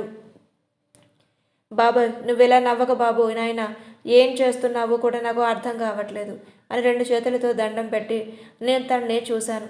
తను చెప్పిన మాటలు విన్నాను. నాకేం గుడ్డి చెవుడు లేవు. తను నేను కొట్టింది తిట్టింది అని అంటాడు. నీ అబ్బా అని వినయ్ని కాళ్ళతో ఒక తన్ను తినడంతో అతను వెళ్ళి సోఫాలో పడతాడు. ఏమొచ్చిందిరా నీకు? నీ చేత దెబ్బలు తిని నేను దేనికి పనికి రాకుండా పోయేటట్టు ఉన్నాను అని నడుం మీద చేతులు పెట్టుకొని అంటాడు ఏడుపు మొహంతో. తమ నన్ను కొట్టిందిరా, తిట్టింది కూడా. ఆ రెండింటిలో తన బాధ తెలుస్తుంది. కానీ తను నేను పెళ్లి చేసుకుంటాను అని అంటే తను మాట్లాడిన మాటలు నాకు తన యొక్క ఆత్మ అభిమానం, ఆత్మగౌరవం, నిజాయితీ, కష్టపడే తన మనస్తత్వం, మంచి మనసు అన్నీ తెలుస్తున్నాయి. ఏది ఏమైనా సరే తనే నీకు చెల్లి, నాకు భార్య. ఏదో ఒక మంచి ప్లాన్ చెప్పేసావు, ఎలాగైనా తన్ని కన్విన్స్ చేసుకునేలాగా అని వెళ్ళి వినయ్ పక్కన కూర్చుంటాడు. ఏంటి బాబు ప్లాన్ చెప్పాలా? తను చావాలనుకున్నా చేస్తుందంట కానీ నిన్ను మాత్రం పెళ్లి చేసుకోనని గట్టిగా చెప్పింది. ఆ మాటలు నీ చెవికి వినపడలేదా తండ్రి? అలాంటిది ఆ అమ్మాయిని ఎలా పడేద్దాం అనుకుంటున్నావు? ఆ అమ్మాయి ఎంత టఫో ఆ అమ్మాయి మాటల్లోనే అర్థమైపోతుందిరా అని అంటాడు. తన నోటి నుంచి వచ్చిన ప్రతి మాట బాధతో వచ్చిన మాటే. మొత్తానికి నా వల్ల తనకి ఏదో భారీ నష్టమే జరిగింది. అందుకే తన మీద అంత కోపంగా ఉంది. ముందు ఆ అమ్మాయి ఫుల్ డీటెయిల్స్ నాకు కావాలి. నా వల్లనే ఆ అమ్మాయి వాళ్ళ అమ్మగారు హాస్పిటల్లో ఉన్నారు అని అంది. ఏ హాస్పిటల్లో ఏంటో మొత్తం డీటెయిల్స్ ఈవినింగ్ లోపు నాకు తెలియాలి. నువ్వు ఏం చేస్తావో నాకు అనవసరం అని అంటాడు హర్ష. సర్లే, నీకు కావాల్సిన డీటెయిల్స్ అన్నీ ఇస్తాను. ముందైతే పద, ఆకలిగా ఉంది. ఇక్కడి నుంచి ఇంటికి వెళ్ళి ఏదైనా తిందాం అని అంటాడు వినయ్. ఇక్కడ నీ చెల్లి ఉండగా ఇంటికి వెళ్ళి మనం తెలియాల్సిన అవసరం ఏముందిరా? చెప్తే నీ చెల్లె చేసి పెడుతుంది. పైగా తను కుకింగ్ చాలా బాగా చేస్తుందని తెలిసిందే. సో నీకేం కావాలో చెప్పు, మీ చెల్లి చేత చెప్పించుకొని ఇష్టంగా తిని పెడదాం అని అంటాడు. ఏంటి బాబు, తన చేత చేపించుకుని తిందామా? ఇప్పుడు నాకు ఏదైనా ఇష్టంగా తినాలి అనిపించి తను చెయ్యమన్నానే అనుకో, నీ మీద కోపంతో అందులో ఏదైనా పాయిజన్ కలిపేసిందే అనుకో, నీతో పాటు నేనే చేస్తాను. నాకు అంత మహాభాగ్యం అవసరం లేదు. ఆ తిండేదో నువ్వే తిను అని అవతల నా కోసం నా మరదలు వెయ్యకలతో ఎదురు చూస్తూ ఉంటుంది అని అంటాడు. ఏడ్చావులే, నీ చెల్లి చేతి వంట తినే అదృష్టం నీకు లేదేమో. నేనైతే ఇక్కడే తన చేత చేపించుకొని తింటాను అని వెయిటర్ని పిలిచి chicken biryani, mushroom curry, fish fry, అలాగే స్వీట్ కోసం పాయసం, ఇవన్నీ ఒక న్యూస్ చెఫ్ ఉన్నారు కదా సిరి, ఆవిడ చేయమని నేను పర్సనల్గా చెప్పానని చెప్పండి అని అంటాడు. ఓకే సార్ అని వెయిటర్ అక్కడి నుంచి సిరి దగ్గరికి వెళ్ళి హర్ష చెప్పిన లిస్ట్ చెప్పి, సార్ మిమ్మల్ని ఈ డిషెస్ అని స్పెషల్గా చేయమన్నారు అని అక్కడి నుంచి వెళ్ళిపోతాడు. హర్ష క్యాబిన్ నుంచి వచ్చి ఎంత బాధగా తన వర్కులో ఆ బాధను చూపించకుండా తన పని చేసుకుంటూ ఉంటుంది. అసలుకి హర్ష మీద పీకల దాకా కోపంలో ఉన్న సిరి వీడికి నేను రుచిగా వండి పెట్టాలా అని చికెన్ సరిగ్గా ఉడకబెట్టకుండానే ఉప్పు ఎక్కువ వేసి బిర్యానీ చేస్తుంది. మష్రూమ్ కర్రీలో కారం ఎక్కువగాను, ఫిష్ ఫ్రై నల్లటి మసబుగ్గలా చేసి పాయసంలో షుగర్కి బదులు సాల్ట్ వేస్తుంది. అవన్నీ నీట్గా బౌల్స్లో సర్ది ఒక ట్రేలో పెట్టి చూడటానికి తినేసే విధంగా ఉండేలాగా నీట్గా గార్నిష్ చేసి వెయిటర్కి ఇచ్చి పంపిస్తుంది. వెయిటర్ వచ్చి ఆ ఫుడ్ హర్ష క్యాబిన్లో పెట్టి అక్కడి నుంచి వెళ్ళిపోతాడు. వినయ్, వావ్, చూడటానికైతే సూపర్గా ఉంది, మరి టేస్ట్ ఎలా ఉంటుందో ఏమో అని అంటాడు.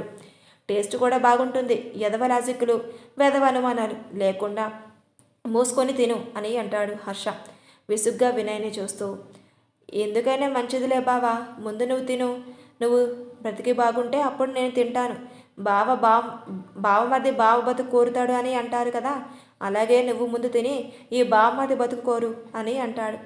నీ కర్మ అని నీకు ఒక ప్లేట్లో బిర్యానీ పక్కన మష్రూమ్ కర్రీ, ఫిష్ ఫ్రై వడ్డించుకొని స్పూన్తో బిర్యానీ ఒక స్పూన్ టేస్ట్ చేస్తాడు. వావ్, చాలా బాగుంది అని ఇంకొక స్పూన్ బిర్యానీ కూడా తింటాడు. వినయ్ని చూసి నీ చెల్లి వండింది తినే అదృష్టం నీకు లేదురా అని అంటాడు. నీకేం కాలేదు కదా బావా, అయితే నా చెల్లి ఎదులో ఏం కలపలేదు, నేను తింటాను అని ఇంకొక ప్లేట్లో అన్నీ వడ్డించుకొని ఒక ముద్ద నోట్లో పెట్టిన వినయ్కి ఉప్పు, కారం, పులుపు అన్నిటి రుచులు నోట్లో తాండవిస్తూ ఉండటంతో అతని మొహంలోని భావాలు రకరకాలుగా కనిపిస్తూ ఉండటంతో హర్ష వినయ్ని చూసి నవ్వుతూ ఎలా ఉందిరా బావా అని అడుగుతాడు. వినయ్ ఒక్కసారిగా నోట్లో ఉన్నది పక్కన ఉన్న షింక్లో ఊసేసి, నువ్వు మనిషివేనా అంట్రా, ఉప్పు కారం ఆ రేంజ్లో ఉంది, ఎలా తింటున్నారా బాబు అని అడుగుతాడు. తను నా కోసం చేసిన ఫస్ట్ డిష్ రా, ఇది ఎలా అన్నా తినాలి. నాకు తను బాగా నచ్చింది, తను వండింది నాకు కూడా నచ్చింది, నా కోసం కష్టపడి మరీ చేసింది. అలాంటప్పుడు నిన్ను వదిలేస్తే చాలా బాధపడుతుంది. టేస్ట్ ఏదైనా నా కోసం వండింది కాబట్టి నాకు బాగుంది అని అంటాడు. నువ్వు నీ పిచ్చి, ఇంకొక 4 స్పూన్లు తింటే బెడ్ మీదకి బాత్రూంలోకి తిరగలేక చేస్తావు. అప్పుడు సెలైన్లు పెట్టించాల్సి వస్తుంది నీకు. మోసుకొని పక్కన పెట్టు, పోయి బయటనే తిందాం. ఇది తింటే ఖచ్చితంగా హాస్పిటల్ పాలవ్వడం ఖాయం అని అక్కడి నుంచి హర్షాన్ని బయటికి లాక్కొని వెళ్ళిపోతాడు. సాయంత్రానికి సిరి ఫుల్ డీటెయిల్స్ హర్ష ముందు పెడతాడు వినయ్ హర్షాన్ని చూసి తన పేరు సిరిచందన, హోటల్ మేనేజ్మెంట్ చేసింది. తనకు ఒక చెల్లి కూడా ఉంది, తన పేరు తేజ. ఇప్పుడు తన ఇంటర్ సెకండ్ ఇయర్లో చదువుతుంది. తన తండ్రి చిన్నప్పుడే చనిపోతే తల్లి కష్టపడి వీళ్ళని చదివించింది. వీళ్ళది ఒక పల్లెటూరు. తన గురించి నాకు తెలిసిన ఇన్ఫర్మేషన్ ప్రకారం ఆ రోజు తన హోటల్లో ఉండటానికి కారణం తనకి జాబ్ ఇప్పిస్తానని చెప్పి తన మేనమామ తనని ఇక్కడికి తీసుకొని వచ్చాడు. హోటల్ రూమ్లో తను ఉండమని చెప్పి తన బయటకు వెళ్ళాడు. ఆ రోజు నువ్వు తాగి అదే రూమ్లోకి వెళ్ళా, నీకు తెలియకుండానే తన లైఫ్లోకి ఎంటర్ అయ్యావు అని అంటాడు వినయ్. నా వల్ల తన లైఫ్ స్పాయిల్ అయ్యింది బాధగా అంటాడు హర్ష. నువ్వు తన లైఫ్లోకి వెళ్ళి ఒక రకంగా తనకు మంచి పని చేసావు అని అంటాడు. ఏంట్రా నువ్వనేది అని అర్థం కానట్టుగా చూస్తూ అడుగుతాడు హర్ష. వినయ్ మాట్లాడుతూ, నేను చెప్పింది నిజంరా. వాళ్ళ మావయ్య మంచివాడు కాదు. తన ఉద్యోగం ఇప్పిస్తానని ఇక్కడికి తీసుకువచ్చి తన హోటల్ రూమ్లో ఉంచి ఒక డబ్బున్న వాడికి తను అమ్మేయాలని ఆలోచించాడు. వాళ్ళకి ముందు వెనక ఎవరూ లేరు కాబట్టి ఎవరు ప్రశ్నించరు. పైగా సిరి వాళ్ళ అమ్మకి క్యాన్సర్. ఆమె ట్రీట్మెంట్కి డబ్బులు కావాలి. ఒకవేళ ట్రీట్మెంట్ సరైన విధంగా జరగకపోతే ఆమె కూడా ఎక్కువ కాలం బ్రతకదు. ఇంకా మిగిలేది తన చెల్లి మాత్రమే. అక్క తల్లి తోడు లేకపోతే తను కూడా ఒక అనాథ అయిపోతుంది. అప్పుడు తను కూడా ఎవరికైనా అమ్మాయి వచ్చని ప్లాన్ చేశాడు వాడు. అందుకే వాళ్ళ అవసరాన్ని వాడుకొని మంచివాడు నటిస్తూ ఉద్యోగం ఇప్పిస్తానని చెప్పి తనని ఇక్కడికి తీసుకువచ్చాడు అని చెప్పాడు వినయ్. హర్ష కోపంతో పిడికిలు బిగించి ఈ విషయం తనకు తెలుసా అని అడుగుతాడు. తెలియదు. ఇప్పుడు వాళ్ళ అమ్మ హాస్పిటల్లో ఉన్న మాట అయితే నిజమే. తను నిజంగా ఇష్టపడితే పెళ్లి చేసుకోవాలి అని అనుకుంటే ఫస్ట్ తన ఫ్యామిలీకి దగ్గరవు, తర్వాత తనతో ఫ్రెండ్షిప్ చేయి, ఆ తర్వాతే పెళ్లి ప్రపోజల్ తీసుకురా. అంతేకాని డైరెక్ట్గా నీ లైఫ్లో నా వల్ల నాశనం అయ్యింది కాబట్టి నేను నిన్ను పెళ్లి చేసుకుంటా అంటే సెల్ఫ్ రెస్పెక్ట్ ఉన్న ఏ అమ్మాయి అయినా పెళ్లికి ఒప్పుకోదు. అందులోనూ సిరి అస్సలే ఒప్పుకోదు అని అంటాడు వినయ్. హర్ష ఆలోచిస్తూ సరే ముందైతే ఆ మేనమామ దరిద్రుడిని తీసుకువచ్చి మన స్టైల్లో వాడికి కోటింగ్ ఇప్పించు. రెండోసారి వాళ్ళ ఇంటి వైపు వెళ్ళను కూడా వెళ్ళకూడదు అని అంటాడు. సరే అని అంటాడు వినయ్. సిరి హాస్పిటల్కి వెళ్ళి తల్లిని చూస్తుంది. ఎందుకమ్మా నా కోసం నువ్వు ఇంత కష్టపడుతూ డబ్బులు వృధా చేస్తున్నావు? నేను బతుకుతున్నాను అన్న నమ్మకం నాకు లేదు. ఆ డబ్బులు ఉంటే కనీసం నువ్వు చెల్లి అయినా సంతోషంగా ఉంటారు. నీ పెళ్లి చూసి నేను కన్ను మూస్తే నాకు అంతే చాలు అని కన్నీళ్లతో కూతుర్ని చూసి అంటుంది సిరి తల్లి కమల. తల్లి కన్నీళ్లు తుడుస్తూ నీకెన్నిసార్లు చెప్పాడమ్మా ఇలా మాట్లాడద్దు అని. మాకు నువ్వు తప్ప ఇంకెవరున్నారు? ఇంకా నా పెళ్ళంటావా? నాకు ఇప్పుడు పెళ్లి చేసుకోవాలనే ఆలోచనే లేదు. నువ్వు అదేం పట్టించుకోవద్దు. ప్రశాంతంగా ఉండు. త్వరలోనే మనం ఇంటికి వెళ్ళిపోదాం అని చెల్లి తేజుని చూసి అమ్మ రెస్ట్ తీసుకుంటుంది, మనం వెళ్ళి భోజనం చేసి వద్దాం అని ఇద్దరూ వెళ్ళి భోజనం చేసి తల్లి దగ్గరకు వస్తారు. తర్వాత రోజు హర్ష సిరి వాళ్ళ అమ్మని ఉంచిన హాస్పిటల్కి వచ్చి తన కండిషన్ ఎలా ఉందో తెలుసుకొని తన ట్రీట్మెంట్కి అమౌంట్ మొత్తం పే చేసేస్తాడు. కానీ ఈ విషయం ఎవరితో చెప్పదు అని అనటంతో డాక్టర్స్ కూడా సరే అని అంటారు. వినయ్ హర్షాన్ని చూసి ఒకసారి వెళ్ళి మీ అత్తగారిని మరదల్ని పలకరించి వస్తావా అని అంటాడు. మరి వెళ్ళాలిగా, అటునుంచే నరుక్కు రావాలి అని సిరి వాళ్ళ అమ్మను పెట్టిన రూమ్కి వెళ్తారు. ఇద్దరే అప్పటికి వాళ్ళ అమ్మ బెడ్ మీద పడుకొని ఉంటే తేజు ఎగ్జామ్స్కి ప్రిపేర్ అవ్వడానికి చదువుకుంటూ ఉంటుంది. లోపలికి వెళ్ళిన హర్ష హాయ్ తేజ ఎలా ఉన్నావు అని అడగటంతో పుస్తకం నుంచి కళ్ళు హర్ష మీదకి తిప్పిన తేజ అయోమయంగా అతన్ని చూస్తూ బాగున్నాను, మీరెవరు అని అడుగుతుంది. నేను సిరి పనిచేసే హోటల్లోనే వర్క్ చేస్తూ ఉంటాను, నా పేరు వర్ధన్ అని అంటాడు. హాయ్ వర్ధన్ గారు, మా అక్క హోటల్కి వెళ్ళిపోయిందండి అని అంటుంది. తెలుసు, వీడు నా ఫ్రెండ్ వినయ్, వీడికి హెల్త్ బాగోకపోతే హాస్పిటల్కి తీసుకువచ్చాను. ఇక్కడ మీరున్నారని తెలిసింది, ఒకసారి పలకరించి వెళ్దామని ఇలా వచ్చాను. ఎలా ఉంది ఇప్పుడు మీ అమ్మగారికి అని అడుగుతాడు. బాగుంది, ఇప్పుడే మెడిసిన్ వేసుకొని పడుకుంది అని చెప్తుంది. తేజ అవునా, సరే అయితే ఏదైనా అవసరమైతే కాల్ చేయి అని తన నెంబర్ తేజగా ఇచ్చి మేము వెళ్తాం, డాక్టర్ అపాయింట్మెంట్కి టైం అయ్యింది, వీటికి డాక్టర్ దగ్గర చూపించాలి అని మేము వచ్చాం, మీ అక్కతో చెప్పొద్దులే అని అంటాడు. కానీ ఎందుకు అని అడుగుతోంది తేజ. జస్ట్ మేము నా ఫ్రెండ్కు చెకప్ కోసం వచ్చాం, వీడి హెల్త్ గురించి అందరికీ తెలియటం బాగోదు అని చెప్పొద్దు అని అంటున్నాను అని నవ్వుతూ ఎంతైనా వీడి నా ఫ్రెండ్ కదా అని వినయ్ భుజం మీద చెయ్యి వేసి అంటాడు. వినయ్ని చూసి ఏమైంది, అతనికి బాగానే ఉన్నాడు కదా అని డౌట్గా అడుగుతుంది తేజు. పైకి బాగానే ఉన్నాడు, లోపల బాగాలేదు, అందుకే చూపిద్దామని తీసుకొచ్చాను అని అంటాడు. తేజ వినయ్ని పైనుంచి కింద వరకు చూస్తూ లోపల అంటే ఏం బాగాలేదు అని అడుగుతుంది క్యూరియాసిటీగా. అది మీకు చెప్పకూడదులే అని అనటంతో వినయ్ ఏంటి నాకా అని ఆశ్చర్యంగా చూస్తాడు. ఇంకా నేను వెళ్తాను అని అక్కడి నుంచి వినయ్ని తీసుకొని వెళ్ళిపోతాడు. వెళ్తున్న వాళ్ళ ఇద్దరిని చూసి మళ్ళీ పుస్తకంలోకి తల దూరుస్తుంది తేజ. హర్ష చెయ్యిను విదిలించుకొని ఒరే గాడిద దున్నపోతూ ఎదవా ఛీ, నాకు బూతులు సరిగ్గా రావట్లేదు కానీ వచ్చినట్లయితే నేను బండ బూతులు తిట్టాలని ఉందిరా, పైకి బాగానే ఉన్నాను, లోపల బాగాలేదా? నువ్వన్న మాటకి మీనింగ్ ఏంటో తెలుసా? పొరపాటున ఈ మాట మా నాన్నగారు నా మరదలు కానీ వింటే జీవితంలో నాకు పెళ్లి కాదురా ఎదవా, అయినా నీకు అది తప్ప ఇంకేం వంక దొరకలేదురా అని అరుస్తాడు. ఏమో నాకు తను చూడంగానే ఏం చెప్పాలో అర్థం కాలేదు, అందుకే అలా చెప్పేశాను. అయినా ఇప్పుడు ఏమయ్యింది? నేను చెప్పింది తన దగ్గరే కదా, నీ మరదల దగ్గర కాదు కదా, మూసుకొనిరా, నువ్వో నీ ఓవర్ యాక్షన్ అని అంటాడు. ఓవర్ యాక్షనా నీ అబ్బా, ఎప్పుడు పడితే అప్పుడు ఎలా పడితే అలా వాగుతున్నావు, పైన తదాస్తు దేవలు ఉంటారంట. నువ్వు చెప్పిన దానికి వాళ్ళు కనుక తదాస్తు అన్నారంటే జీవితాంతం నేను చెక్కబసం చేసుకుంటూ కూర్చోవాలరా, పెళ్లి పటాకం లేకుండా అని తల పట్టుకొని హర్షని ఫాలో అవుతాడు. హర్ష వినయ్ మాటలకు నవ్వుతూ ముందుకు నడుస్తూ ఉంటాడు. వినయ్ ఫోన్ రావడంతో లిఫ్ట్ చేసి మాట్లాడిన తర్వాత హర్షను చూసి, డాడీ ఎందుకు అర్జెంటుగా కలవాలని అంటున్నారు, నేను వెళ్తున్నాను, నువ్వు వెళ్ళి మా చెల్లిని పడేసే పనిలో ఉండు, బాయ్ అని వినయ్ అక్కడి నుంచి వెళ్ళిపోతే హర్ష డైరెక్ట్గా హోటల్కి వెళ్తాడు. వెయిటర్ని పిలిచి నేను స్ట్రాంగ్ కాఫీలు తీసుకురమ్మని చెప్పు సిరిని అని అనటంతో వెయిటర్ వెళ్ళి తిరిగి చెప్పడంతో సిరి 2 కాఫీలు తీసుకొని హర్ష క్యాబిన్లోకి వస్తుంది. హర్ష వచ్చిన సిరిని చూసి రా సిరి కూర్చో అని అంటాడు.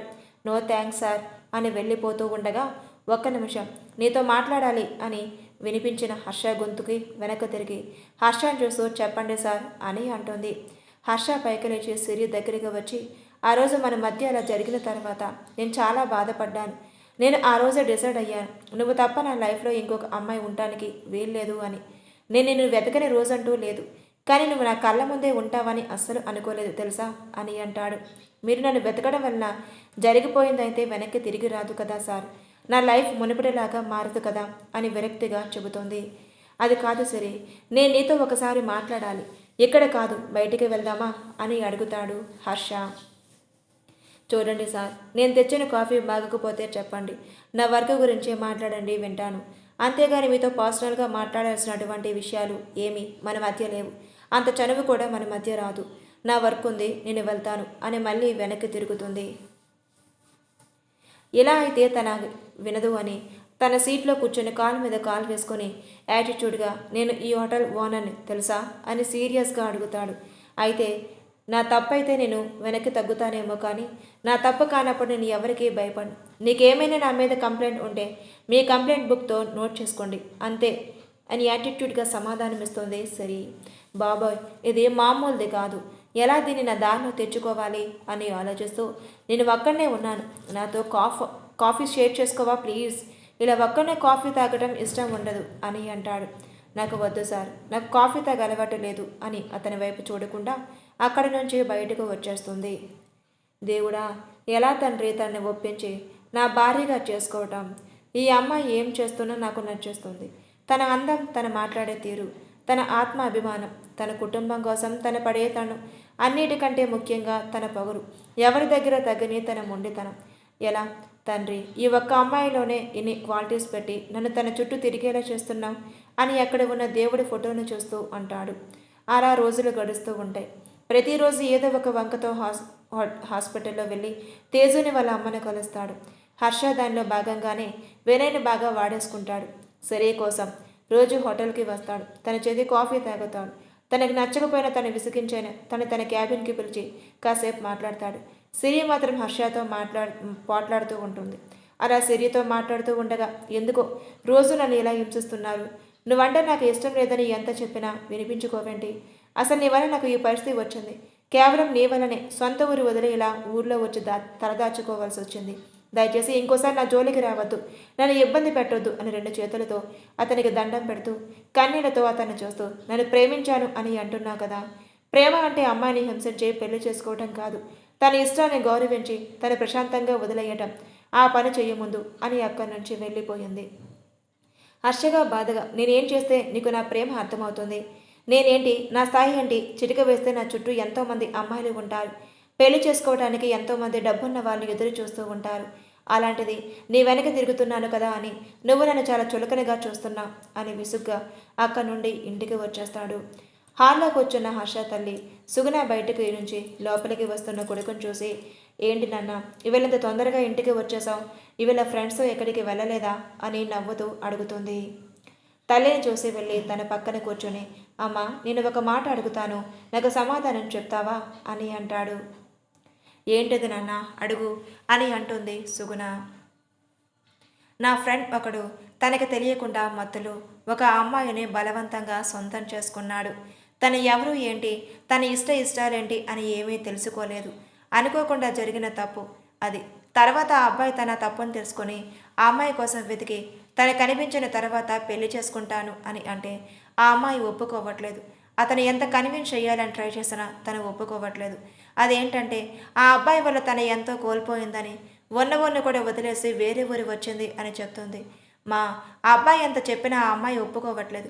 ఇందులో తప్పెవరిదమ్మా? తను చేసిన తప్పు కోసం ఎంతగా దిగి ఆ అమ్మాయిని బ్రతిమిలాడుతూ వేడుకొని ప్రేమిస్తున్నాను అని చెప్పినా ఆ అమ్మాయి ఒప్పుకోవట్లేదు. ఏం చెయ్యాలమ్మా? మరి ఇప్పుడు తన మూలాన ఒక అమ్మాయి జీవితం నాశనం అయిపోయింది అని ఆ అబ్బాయి బాధపడుతున్నాడు. ఇంకొక పెళ్లి చేసుకోవడానికి మనసు ఒప్పుకోవట్లేదు. అలా అని ఆ అమ్మాయిని వదులుకోలేడు. ఎందుకంటే ఆ అమ్మాయిని ప్రేమించాడు. నువ్వైతే ఏం సమాధానం చెప్తావమ్మా అని అడుగుతాడు హర్ష. షుగుణ నవ్వుతూ, తెలియక తప్పు చేసినా తెలిసి తప్పు చేసినా తప్పు తప్పే కదా నాన్న. ఆ అబ్బాయి తప్పు చేశాడని ఎంత ఒప్పుకున్నా ఆ అబ్బాయి వలన ఆ టైంలో ఆ అమ్మాయి అనుభవించిన బాధ ఒక ఆడదానిగా నేను ఊహించగలను. ఇంకా తను పెళ్లి చేసుకుంటాను అనటం అంటే ఆ అబ్బాయి వలన ఆ అమ్మాయికి ఎదురైన సమస్యలు ఆ అబ్బాయికి పెళ్లి చేసుకొని ఇవ్వకుండా చేస్తున్నాయి. ఏ సెల్ఫ్ రెస్పెక్ట్ ఉన్న ఆడపిల్లైనా నేను తప్పు చేశాను, నేను మగాడిని, నేను నిన్ను పెళ్లి చేసుకుంటాను, ఉద్ధరిస్తాను నిన్ను అంటే ఎవరు ఒప్పుకోరు. ఓపికతో ఆ అమ్మాయిని దక్కించుకోవాలి. అసలు ముందు ఆ అమ్మాయికి ఉన్న ప్రాబ్లం ఏంటో, తను ఎందుకు వద్దనుకుంటుందో ఒకసారి కనుక్కో. నీ స్థానం తన ప్రాబ్లం సొల్యూషన్ వెతికితే ఆ అమ్మాయి మనసులో ఆ అబ్బాయికి ఏమైనా చోటు దొరుకుతుందేమో. ఒక మగాడు ఎలాంటివాడు ఏంటో కూడా తెలియకుండా పెళ్లి పీటల మీద కూర్చొని తాళి కట్టించుకుంటుంది ఆడది. తన సర్వస్వం మొత్తం అతనికి అర్పిస్తుంది. జీవితం మొత్తం అతనికి తోడుగా ఉండాలని నిర్ణయించుకుంటుంది. అలాంటిది పెళ్లికాని అమ్మాయి పైగా ఎవరో తెలియని వ్యక్తి వచ్చి తనను బలవంతం చేస్తే ఆ బాధ ఎంత భయంకరంగా ఉంటుందో చెప్పలేము. ఈ అబ్బాయి బాధపడుతున్నాడు అంటున్నావే, ఆ అమ్మాయి పడిన బాధ కంటే ఈ అబ్బాయి పడిన బాధ ఏమీ తక్కువ కాదు. దేనికైనా ఓపిక ఉండాలి. ఓపికతోనే ప్రేమను సాధించుకోగలం. కోపం, ఆవేశం, బాధ వీటి వలన ప్రేమకి దూరం అవుతామే తప్ప దగ్గరగా ఆలోచించి నిర్ణయం తీసుకోమను అంటుంది. హర్ష ఆలోచన పడి సరే అమ్మా నేను రూమ్కి వెళ్తాను అని అక్కడి నుంచి వెళ్ళిపోతాడు.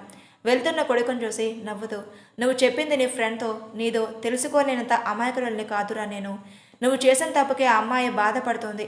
ఇప్పుడు తన బాధకి నీ ప్రేమే ఓదార్పు అవ్వాలి అని అనుకుంటుంది. హాయ్ తేజ, ఎలా ఉన్నావు? ఆంటీకి హెల్త్ ఎలా ఉంది అని అడుగుతాడు హర్ష. బాగుంది వర్ధన్ గారు, మీరేంటి హాస్పిటల్ తెగ తిరుగుతున్నారు, ఇంకా వినయ్ గారికి తగ్గలేదా అని అంటుంది. వినయ్ని పైనుంచి కింద వరకు చూస్తూ, అది అప్పుడప్పుడే తగ్గేలా లేదు, ఏమీ అనిపించట్లేదు, అందుకే డైలీ హాస్పిటల్కి తీసుకువచ్చి చెక్ చేపిస్తున్నాను అని నవ్వుతూ చెప్పి తేజాన్ని చూసి, నీతో ఒక విషయం మాట్లాడాలి, కొంచెం బయటకు వస్తావా అని అడుగుతాడు. దేని గురించి అని అడుగుతుంది తేజు. సిరి ఎందుకు ఈ మధ్య చాలా డల్గా ఉంటుంది, ఆ విషయం గురించి నీతో మాట్లాడాలి. ఇక్కడ ఆంటీ మళ్ళీ డిస్టర్బ్ అవుతారని మాటలకి అవుతారని అనటంతో అక్క కోసం అనేసరికి బయటకు వస్తుంది తేజ. క్యారిడార్లో ఒక మూల నుంచొని తేజతో, ఏమైంది అసలు సిరికి, ఎందుకలా డల్గా ఉంటుంది ఎప్పుడు? మీది ఏ ఊరు?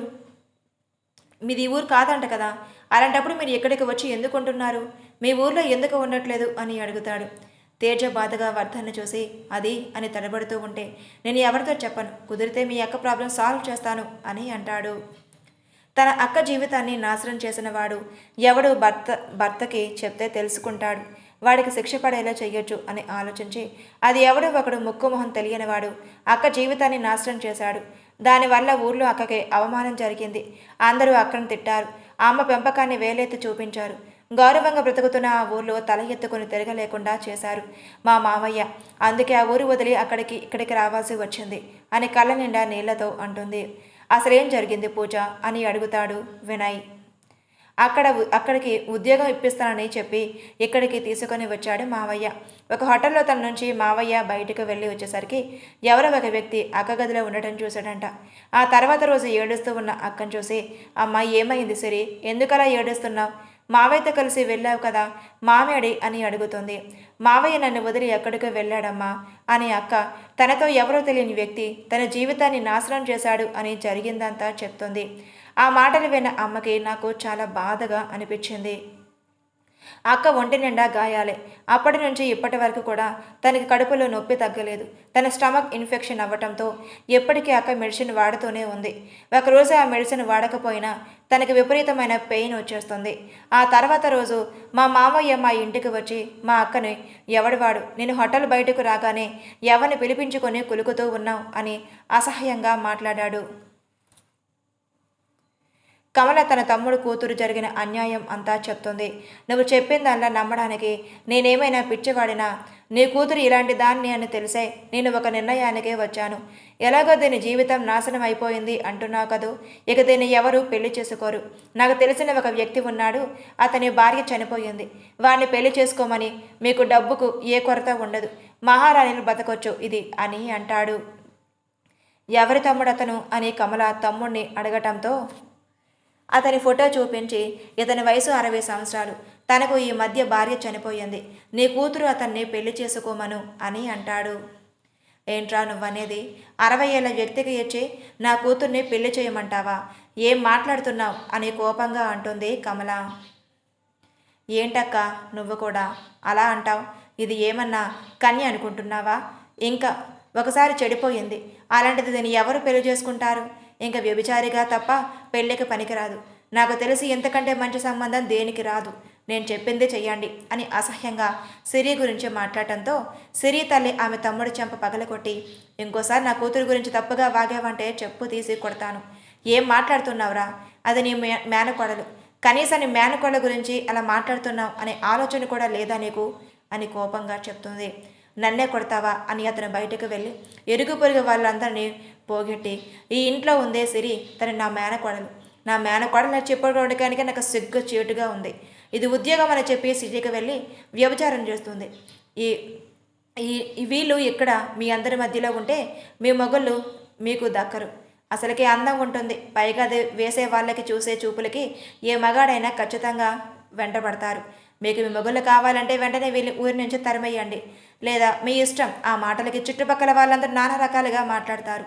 ఇన్ని సంవత్సరాల నుంచి కుటుంబం నుంచి మంచి పిల్లలు అనుకున్నా వీళ్ళు చేసే పని ఇదా అని సిరిని అంటూ, ఇది వీళ్ళ అమ్మ పంపకం, కూతురు ఇలా ఉంది అంటే తల్లి ఇంకెలా ఉంటుందో అని అంటారు. ఆ మాటకి సిరి తల్లికి బాధగా అనిపిస్తుంది. ఏడుస్తూ ఉన్న కూతుర్ను చూస్తూ తట్టుకోలేక పడిపోతుంది. తను అక్కడ దగ్గరలో ఉన్న హాస్పిటల్లో జాయిన్ చేస్తే తనకి క్యాన్సర్ అని తెలుస్తుంది. తను బతకాలి అంటే ట్రీట్మెంట్ చేయాలి, ట్రీట్మెంట్కి డబ్బులు కావాలి, ఎలాగైనా ఉద్యోగం చేయాలి అని అక్కడే ఉంటే అందరితో అవమానాలతో తల్లి వాళ్ళకి ఎక్కడ దక్కకుండా పోతుందో అని సిరి తల్లిని చెల్లిని తీసుకొని సిటీకి వచ్చేస్తుంది. ఒక చిన్న గది అద్దెకు తీసుకొని వాళ్ళని ఆ గదిలో ఉంచి తన ఉద్యోగం కోసం తిరుగుతుంది. హోటల్లో ఉద్యోగం చూసుకొని తల్లికి ట్రీట్మెంట్ ఇప్పిస్తూ చెల్లిని చదివిస్తూ ఉంటుంది. తేజ చెప్పిందంతా విన్న వినయ్కి, హర్షకి సిరి ఎంత బాధను అనుభవించిందో, ఎన్ని అవమానాలు భరించిందో తెలుస్తుంది. సిరి వాళ్ళ కష్టాలు కారణం వాళ్ళ మావయ్య అని తెలిసి అతని మీద పట్టరాని కోపం వస్తుంది. తేజ మాట్లాడుతూ, ఒకవేళ అక్కకి మళ్ళీ పెయిన్ వచ్చిందేమో, అందుకే ఇలా డల్గా ఉంటుందేమో, అదే మెడిసిన్ అయిపోయింది, ఆ మెడిసిన్ వేసుకుంటేనే తను నార్మల్గా ఉంటుంది, లేకపోతే విపరీతమైన స్టమక్ పెయిన్ వస్తుంది అని చెప్తుంది తేజు. మరి హాస్పిటల్ ట్రీట్మెంట్ చేయించుకోవట్లేదా అని అడుగుతాడు వినయ్. లేదు, ముందు అమ్మకు నయమైన తర్వాత తన సంగతి ఆలోచిస్తాను అని చెప్పింది. అప్పటి వరకు నార్మల్గా మెడిసిన్ వాడతాను అని అవే వాడుతుంది. అమ్మ గురించి ఆలోచించి అక్క తన నొప్పిని భరిస్తూ బాధను దిగుమింగుకొని పైకి నవ్వుతూ ఉన్న లోపల అక్క నరకం చూస్తుంది అని ఏడుస్తూ చెప్తుంది. ఏడుస్తూ ఉన్న తేజాన్ని పట్టుకొని వినయ్ వాదారుస్తూ, ఏం కాదురా, అక్కకి ఏం కాదు, నేను మాట్లాడతాను అక్కతో, అక్కకి ట్రీట్మెంట్ నేను ఇప్పిస్తాను అని అంటాడు. తేజ కళ్ళు తుడుచుకొని వినయ్ చూసి, అమ్మ మేలుకుందేమో, నేను వెళ్తాను అని అక్కడి నుంచి వెళ్తూ మళ్ళీ వెనక్కి వచ్చి, ఈ విషయం అక్కతో కానీ అమ్మతో కానీ నేను చెప్పానని చెప్పొద్దు, తను మళ్ళీ బాధపడుతుంది అని అక్కడి నుంచి వెళ్ళిపోతుంది.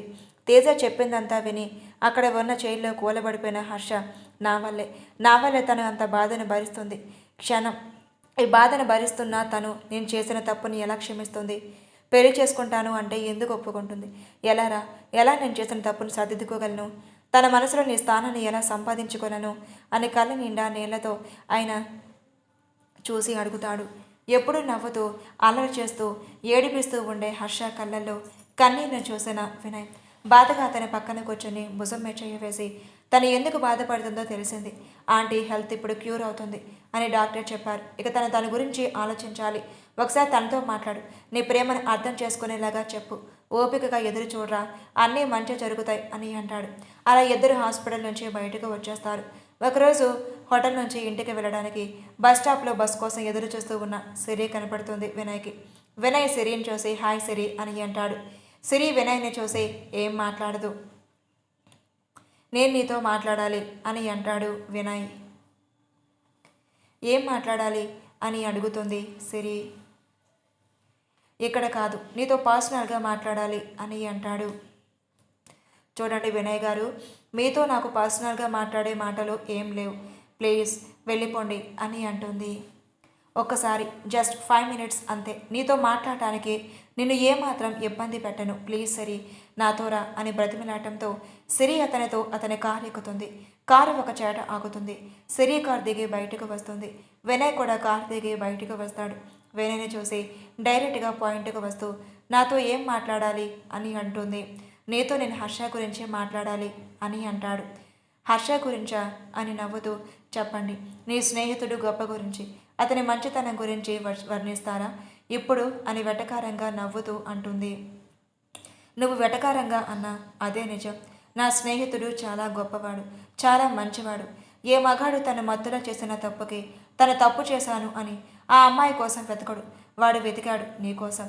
జరిగిపోయింది ఏదో జరిగిపోయింది అని తేలిగ్గా వదిలేసి లైట్ తీసుకుంటాడు ఆ అమ్మాయి విషయంలో. కానీ వాడు నీ గురించి సీరియస్గా తీసుకొని ఒకసారి నిన్ను తాకాడు. అది నీ ఇష్టం లేకుండా అని, పెళ్ళంటూ చేసుకుంటే నిన్నే చేసుకుంటాను అని మొండి పట్టుకొని కూర్చున్నాడు. నువ్వు ఎవరో తెలియకముందే వాడు నిన్ను పెళ్లి చేసుకుంటాను అని అన్నాడు. అలాంటిది నీ గురించి పూర్తిగా తెలిసిన తర్వాత వాడు నిన్ను లవ్ చేశాడు. చిన్నప్పటి నుంచి వాడు నా ప్రాణ స్నేహితుడు. వాడిలో అలరి చిలిపితనం నన్ను ఏడిపించడమే తప్ప ఎప్పుడు వాడి కళ్ళల్లో నీళ్లు చూడలేదు నేను. అలాంటిది వాడి వల్ల నువ్వు ఎంత బాధపడ్డావో తెలిసిన రోజున వాడు అసలు నాలాంటి వాడి బతకడం అవసరమని బాధపడ్డాడు, ఏడ్చాడు. వాడు తప్పు చేశాడు, కాదు అనటం లేదు. కానీ తెలిసి చేసిన తప్పు అయితే కాదు, ఎంతోమంది తెలిసి చేసిన తప్పులకే అయితే అయ్యింది. నాకేంటి సంబంధం అని వదిలేస్తున్న ఈ రోజుల్లో తెలిసి చేసిన తెలియక చేసిన తప్పు తప్పే అని నిజాయితీగా వాడు నిన్నే పెళ్లి చేసుకోవాలి అని అనుకున్నాడు. అలాగే నీ వెంటపడి నిన్ను ప్రేమించేలాగా చేయాలని ప్రయత్నించాడు. కానీ వాడి దరిద్రం వాడిపై నీకు ఏమాత్రం ప్రేమ కలగలేదు. నీకు ఇంకొక విషయం చెప్పనా అని అంటాడు. సిరి ఏంటి అన్నట్టుగా చూస్తుంది. మీ అమ్మగారికి ట్రీట్మెంట్కి కావాల్సిన అమౌంట్ మొత్తం తనే పే చేశాడు. మీ చెల్లికి చదువుకోవడానికి కారణం కూడా వాడే. నీ సంపాదనతో మీ అమ్మగారి ట్రీట్మెంట్ పూర్తయింది అని అనుకుంటున్నావా? ఇదంతా వాడు నీకు తెలియకుండా చేశాడు. తెలిస్తే నువ్వెక్కడ నీ సెల్ఫ్ రెస్పెక్ట్తో వద్దు అని అంటావేమని భయపడ్డాడు. అసలు ఆ రోజు వాడే నీ దగ్గరకు రాకపోయి ఉంటే వాడి చేతిలో కాదు, వేరే వాడి చేతిలో నీ జీవితం నాశనం అయిపోయేది. మీ మావయ్య నిన్ను అమ్మేయాలని అనుకున్నాడు అని వాళ్ళ మావయ్య సిరి గురించి మాట్లాడిన మాటలన్నీ, తను చెయ్యాలనుకున్న పనులన్నీ చెప్పిన వీడియోని చూపిస్తాడు. అది విని సిరి కళ్ళ నిండా నీళ్లతో వినయ్ని చూస్తుంది. నువ్వంటే వాడికి ప్రాణం సిరి. నువ్వు పడిన బాధ గురించే నువ్వు ఆలోచిస్తున్నావు. నీ విషయంలో వాడు తప్పు చేశాడు అని వాడు ఎంత కుమిలిపోతున్నాడు ఒక్కసారి ఆలోచించు. నేను ఇదంతా కేవలం నా స్నేహితుడి గురించి గొప్పగా చెప్పుకోవటానికి నీతో చెప్పలేదు. వాడు ఎంత మంచివాడు, నీకోసం వాడు ఎంత పరితపిస్తున్నాడు దగ్గరుండి చూశాను కాబట్టి చెప్తున్నాను. నిజంగా వాడు శ్రీరామచంద్రుడు. వాడిలాంటి వాడిని నువ్వు దూరం చేసుకుంటే నీ అంత దురదృష్టవంతుడు ఈ భూమి మీద ఇంకొకరు ఉండరు. అది మాత్రం నిజం అని అంటాడు. ఆలోచిస్తూ ఉంటుంది సరి. తనని తన ఇంటి దగ్గర డ్రాప్ చేసి వినయ్ వెళ్ళిపోతాడు. ఆ రోజు సిరి హర్షకి ఆలోచనతోనే తెల్లవారుతుంది. ఎప్పటిలాగే హోటల్కి వెళ్తుంది. హర్ష కూడా ఎప్పటిలాగే హోటల్కి వచ్చి సిరిని 2 కాఫీ తెమ్మని అక్కడ వెయిటర్కి చెప్పడంతో అతను సిరికి చెప్తే సిరి హర్ష క్యాబిన్కి 2 కాఫీలతో వెళ్తుంది. ఆమె తాగినా తాగకపోయినా ప్రతిరోజు 2 కాఫీలు తీసుకురమ్మని చెప్తాడు. హర్ష ఏదో ఒకరోజు తనతో కలిసి సిరి తాగుతుంది అని చిన్న ఆశతో అలాగే 2 కాఫీలు తీసుకొని హర్ష క్యాబిన్ డోర్ ఓపెన్ చేసి లోపలికి వెళ్ళి అక్కడ ఉన్న టేబుల్ మీద పెడుతుంది. డల్గా ఉన్న సిరి మొహం చూసి ఏమైంది సిరి, నైట్ నిద్రపోలేదా ఏంటి? కళ్ళంతా ఎర్రగా ఉన్నాయి, ఫేషియల్ డల్గా ఉంది, హెల్త్ బాగానే ఉందా నీకు? ఆర్ యూ ఓకే, లేక డాక్టర్ దగ్గరికి వెళ్దామా అని కంగారుగా అడుగుతారు. నాకు బాగానే ఉంది అని చెప్తుంది. హర్ష ఒక కాఫీ తీసుకొని సిరి చేతికి అందిస్తాడు. కానీ సిరి తీసుకోదు. ప్లీజ్ సిరి నన్ను క్షమించు అని అంటాడు. హర్ష బ్రతిమలాడుతున్నట్టుగా ఫేస్ పెట్టి అతని మొహంలోకి చూస్తూ సిరి ఆ కాఫీ కప్ తీసుకుంటుంది.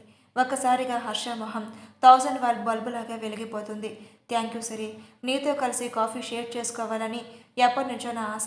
ఒకే కప్పులో తాగకపోయినా ఇలా నీ ఎదురుగా కూర్చొని కాఫీ తాగటం నాకు చాలా ఇష్టమని ఎగ్జైట్ అవుతూ అంటాడు. సిరి కాఫీ తాగుతూ ఉంటే అతను కూడా కాఫీ తాగుతూ ఉంటాడు సిరిని చూస్తూ.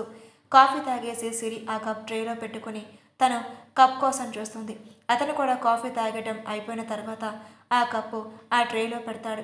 సిరి ఆ ట్రే తీసుకోబోతుండగా ఆమె చెయ్యి పట్టుకుంటాడు. ఒక్కసారిగా అతని వైపు చూస్తుంది సిరి. హర్ష ఆమె చేతిని వదిలేసి నీతో మాట్లాడాలి ప్లీజ్, ఒక 2 minutes అని అంటాడు. మళ్ళీ అక్కడ పెట్టేసి చెప్పండి అన్నట్టుగా హర్షని చూస్తుంది. సిరిని కౌగిలించుకొని ఏడుస్తూ ఐఎమ్ సారీ సిరి, నేను చేసిందే తప్పే. నా వల్ల నువ్వు ఎంత పెయిన్ అనుభవిస్తున్నావో నాకు తెలుసు, ఎంతో మందితో ఎన్ని మాటలు పడ్డావో నాకు తెలుసు. ప్లీజ్ సిరి, నన్ను క్షమించు. నేను కావాలని చేయలేదు. ఒకప్పుడు నేను చేసిన తప్పు వల్లనే పెళ్లి చేసుకోవాలని అనుకున్న మాట అయితే నిజం. కానీ ఇప్పుడు నేను ప్రేమిస్తున్నాను. నువ్వు లేకుండా నేను ఉండలేను. ప్లీజ్ రా, నన్ను పెళ్లి చేసుకో. పోనీ పెళ్లి వద్దు, నాతో ఇలాగే ఉండు, ఒక ఫ్రెండ్గా ఉండు. నువ్వు నా పక్కనే ఉంటే నాకు అంతే చాలు. నేను చూస్తూ ఉన్న బ్రతికేస్తాను. నా మీద కోపంతో దూరంగా మాత్రం ఉండద్దు, నేను తట్టుకోలేను ప్లీజ్ అని బ్రతిమలాడుతూ చిన్న పిల్లాడిలాగా ఏడుస్తూ ఉంటాడు.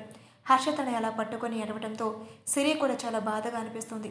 ఆమె 2 చేతులతో హర్షాన్ని ఓదార్చడానికి అతని వీపు దాకా తీసుకువెళ్ళిన చేతులను మళ్ళీ వెనక్కి తీసుకొని మీరు నన్ను పెళ్లి చేసుకుంటే నాతో సుఖంగా ఉండలేరు, మీరు కోరిన లైఫ్ నాతో ఉండదు అని అంటుంది. ఆ మాటకి హర్ష సిరిని వదిలి తన్నే చూస్తాడు. సిరి తలదించుకొని తన కన్నీళ్లను బయటకు రాకుండా ఆపుతూ మీరు నన్ను ప్రేమిస్తున్నారని నాకు తెలుసు, పెళ్లి చేసుకోవాలని ఆశపడుతున్నారని నాకు తెలుసు. కానీ నన్ను పెళ్లి చేసుకుంటే మీరు సుఖంగా నాతో కాపురం చేయలేరు. మిమ్మల్ని బాధ పెడుతూ నేను ఉండలేను. ప్లీజ్ నన్ను వదిలేసి ఇంకెవరినైనా మంచి అమ్మాయిని చూసి పెళ్లి చేసుకోండి అని అంటుంది. హర్ష ఆమె చెంప మీద 2 చేతులు పెట్టి తల పైకి ఎత్తుతాడు. అప్పటిదాకా కంటిలో దాగిన కన్నీరు గంగలాగా ఆ కన్నుల నుంచి చెంపల మీదకు పడతాయి. సిరి, ఏం మాట్లాడుతున్నావు సిరి నువ్వు అని అడుగుతాడు. నేను చెప్తుంది నిజం. మీరు నాతో ఇంటిమేట్ అయ్యి సుఖంగా ఉండలేరు. మీ కోరిక నేను తీర్చలేను. అందుకే నేను మిమ్మల్ని పెళ్లి చేసుకోను అని అంటున్నాను. నీతో ఫిజికల్గా రిలేషన్షిప్లో నేను ఉండలేను. నాతో హ్యాపీగా మీరు ఉండలేరు అని చెప్తుంది. నాకు నీ ప్రేమ కావాలి. నువ్వు పక్కన నాకు తోడుగా ఉండటం కావాలి. నీతో ఫిజికల్ రిలేషన్షిప్ లేకపోయినా నేను నిన్ను చూస్తూ ఆయన బ్రతికేస్తాను. నువ్వు నా పక్కన ఉంటే చాలు, నేను చాలా హ్యాపీగా ఉంటాను. అయినా నీకు స్టమక్ ఇన్ఫెక్షన్ నా వల్లే వచ్చింది. ఆ రోజు నేనే కనుక నీతో అలా రూట్గా ప్రవర్తించి ఉండకపోయి ఉంటే నువ్వు ఈరోజు ఇంత బాధపడేదానివి కాదు. నీ బాధకి కారణం నేనే. దానికి మందును వాదార్చడానికి కూడా నేనే అవుతాను అని అంటాడు. అతని మాటకు సిరి ఒక్కసారిగా అతని నడుం చుట్టూ చేతులు వేసి గుండెల మీద తలపెట్టి కౌగలించుకొని ఎందుకు హర్ష నేనంటే అంత ఇష్టం నీకు? ఎన్నోసార్లు నేను విసుక్కున్నాను, చేదరించుకున్నాను. నీతో ఎంత కోపంగా మాట్లాడాను. నువ్వు అడిగిన ప్రతి దానికి పొగరుగా సమాధానం చెప్పాను. అయినా ఎందుకు నేనంటే నీకు అంత ఇష్టం అని అంటుంది ఎక్కిళ్ళ పెడుతూ. హర్ష కూడా సిరిని కౌగలించుకొని ఎందుకంటే నువ్వు నాలో కలిసిపోయావు. పూర్తిగా నువ్వు నా దానివి, నేను నీ వాణ్ణి. నీ బాధ ఏదైనా నాదే, నీకేమీ కాదు. నువ్వు భయపడుతున్నట్టు నీకు ఏమీ జరగలేదు. మెడిసిన్స్ వాడితే నీ క్యూర్ అవుతుంది అని డాక్టర్ చెప్పారు అని అంటాడు. ఒకవేళ నీ క్యూర్ అవ్వకపోయినా నిన్ను చూస్తూ నీ ఒడిలో ఇలా తలపెట్టుకొని సేద తీరుతూ బ్రతికేస్తాను అని అంటాడు. అలా వాళ్ళు ఎంతసేపు ఒకరినొకరు కౌగులించుకున్నారో తెలియదు. రూమ్ డోర్ కొట్టి సౌండ్ రావటంతో ఇద్దరు స్పృహలోకి వచ్చి దూరం జరిగి డోర్ వైపు చూస్తారు. కమింగ్ అని అంటాడు హర్ష. లోపలికి వచ్చిన వినయ్ హర్షని చూసి ఏం జరుగుతుంది బావా ఇక్కడ? మా చెల్లిని లవ్ ని యాక్సెప్ట్ చేసిందా అని నవ్వుతూ అంటాడు. మొత్తం చూస్తే బయటికి వెళ్ళి డోర్ కొట్టావారా అని కోపంగా అడుగుతాడు హర్ష.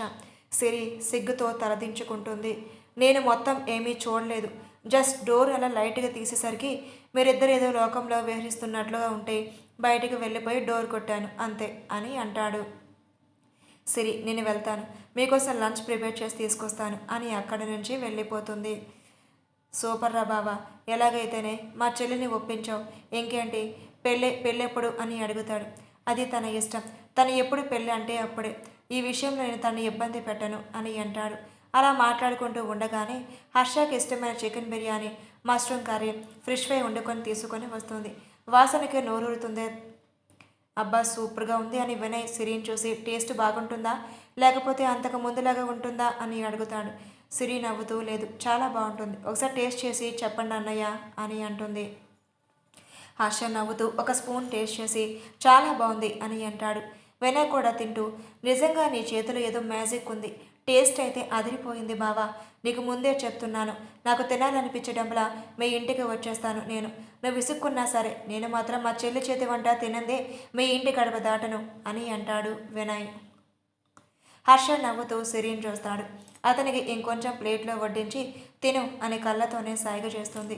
హర్ష తింటూ బాగుంది అని అతను కూడా కళ్ళతోనే చెప్తాడు. వినయ్ బిర్యానీ తింటూనే వీళ్ళిద్దరూ ఒక గంట గమనిస్తున్నా వినయ్ ఇంతకీ మీ పెళ్ళెప్పుడు అని అడుగుతాడు. ఆ మాటకి సిరి హర్షని చూస్తుంది. హర్ష సిరిని చూసి నువ్వు ఎప్పుడు అంటే అప్పుడే మా మమ్మీ డాడీని నేను ఒప్పిస్తాను అని అంటాడు. అమ్మ ట్రీట్మెంట్ జరుగుతుంది, చెల్లి కూడా చదువుకుంటుంది, అప్పుడే పెళ్ళి అంటే అని తడబడుతూ ఉంటున్న సిరి చేపట్టుకొని ఆ విషయం తర్వాత ఆలోచిద్దాంలే, ముందు నువ్వు కూడా భోజనం చేయి అని అంటాడు హర్ష. లేదు లేదు, నేను తర్వాత తింటాను, ముందు మీరు తినండి అని అంటుంది సిరి. ఏం పర్వాలేదు, నువ్వు కూడా నాతో కలిసి తిను అని వినయ్ అంటూ ఉండగానే ఇంకో ప్లేట్ సిరికి భోజనం వడ్డిస్తాడు. హర్ష అలా సిరి వాళ్ళకి జాయిన్ అయ్యి భోజనం పూర్తి చేస్తుంది.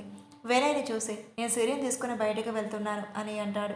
నవ్వుతూ సరే అని అనడంతో సిరిని తీసుకొని హోటల్కి వెళ్ళి తనకి చెక్ చేయించి స్కానింగ్ చేయించిన తర్వాత డాక్టర్ సిరిని చూసి నువ్వు క్లీన్ చేసుకునిరా అని చెప్పి తన రూమ్లోకి వస్తుంది. సిరి పొట్ట మీద ఉన్న జెల్ని టిష్యూతో క్లీన్ చేసుకొని డ్రెస్ సెట్ చేసుకొని డాక్టర్ దగ్గరికి వచ్చేసరికి హర్ష వాయిస్ వింటుంది. డాక్టర్, పేషెంట్ నీకేమవుతుంది అని అడుగుతుంది. తన కాబోయే భార్య అని అంటాడు. నువ్వు మనిషివేనా? ఎందుకు తనతో అంత హార్డ్గా బిహేవ్ చేసావు? స్కానింగ్ తీస్తుంటే తట్టుకోలేకపోయింది తను అని చడామడ హర్షాన్ని తిడుతూ ఉంటే, చూడండి డాక్టర్, ఇది మా పర్సనల్ మ్యాటర్, ఆయన నొప్పిని భరించేది నేనే కదా, మీరెందుకు తను తిడుతున్నారు?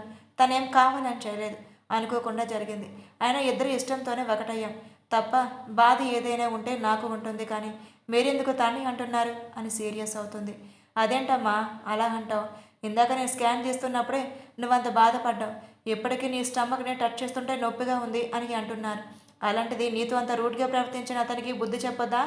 ఇంకోసారి నీతో అన్నంత రూడ్గా బిహేవ్ చేయొద్దు అని చెప్పొద్దా? అదే మీ తల్లి అయితే అలా చెప్పొద్దా అని అంటుంది.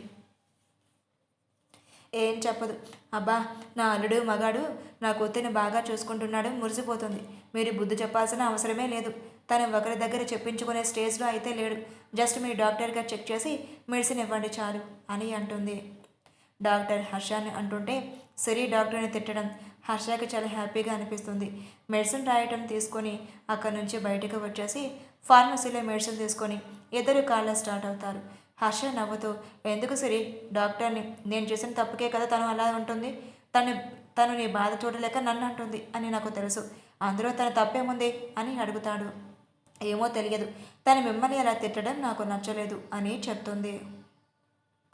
సిరి వాళ్ళ ఇల్లు రావడంతో ఆమెను హక్ చేసుకుని తల మీద ముద్దు పెట్టి, జాగ్రత్త, ఏదైనా అవసరమైతే కాల్ చేయి అని సిరిని తన ఇంటి దగ్గర డ్రాప్ చేసి హర్ష తన ఇంటికి వెళ్ళిపోతాడు. నైట్ డైనింగ్ టేబుల్ దగ్గర కూర్చొని భోజనం చేస్తూ ఉంటారు. హర్ష తన తండ్రిని చూసి మాట్లాడుతూ, డాడీ, నేను మీతో ఒక ముఖ్యమైన విషయం చెప్పాలి అని అంటాడు.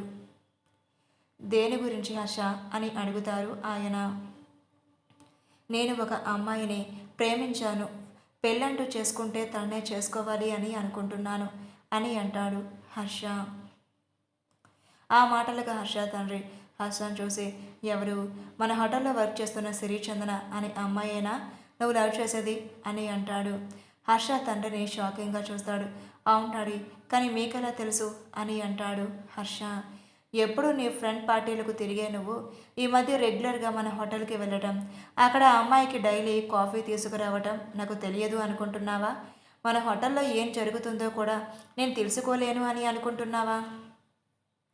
అది కాదు డాడీ, అది నేను అని అంటున్న హర్షను చూసి, నువ్వేం చెప్పొద్దు హర్ష, నీ పెళ్ళి మాకు నచ్చిన అమ్మాయిని నేను చూసిన వాళ్ళతోనే జరగాలి అనేటటువంటి ఫార్మాలిటీస్ ఏం మాకు లేవు.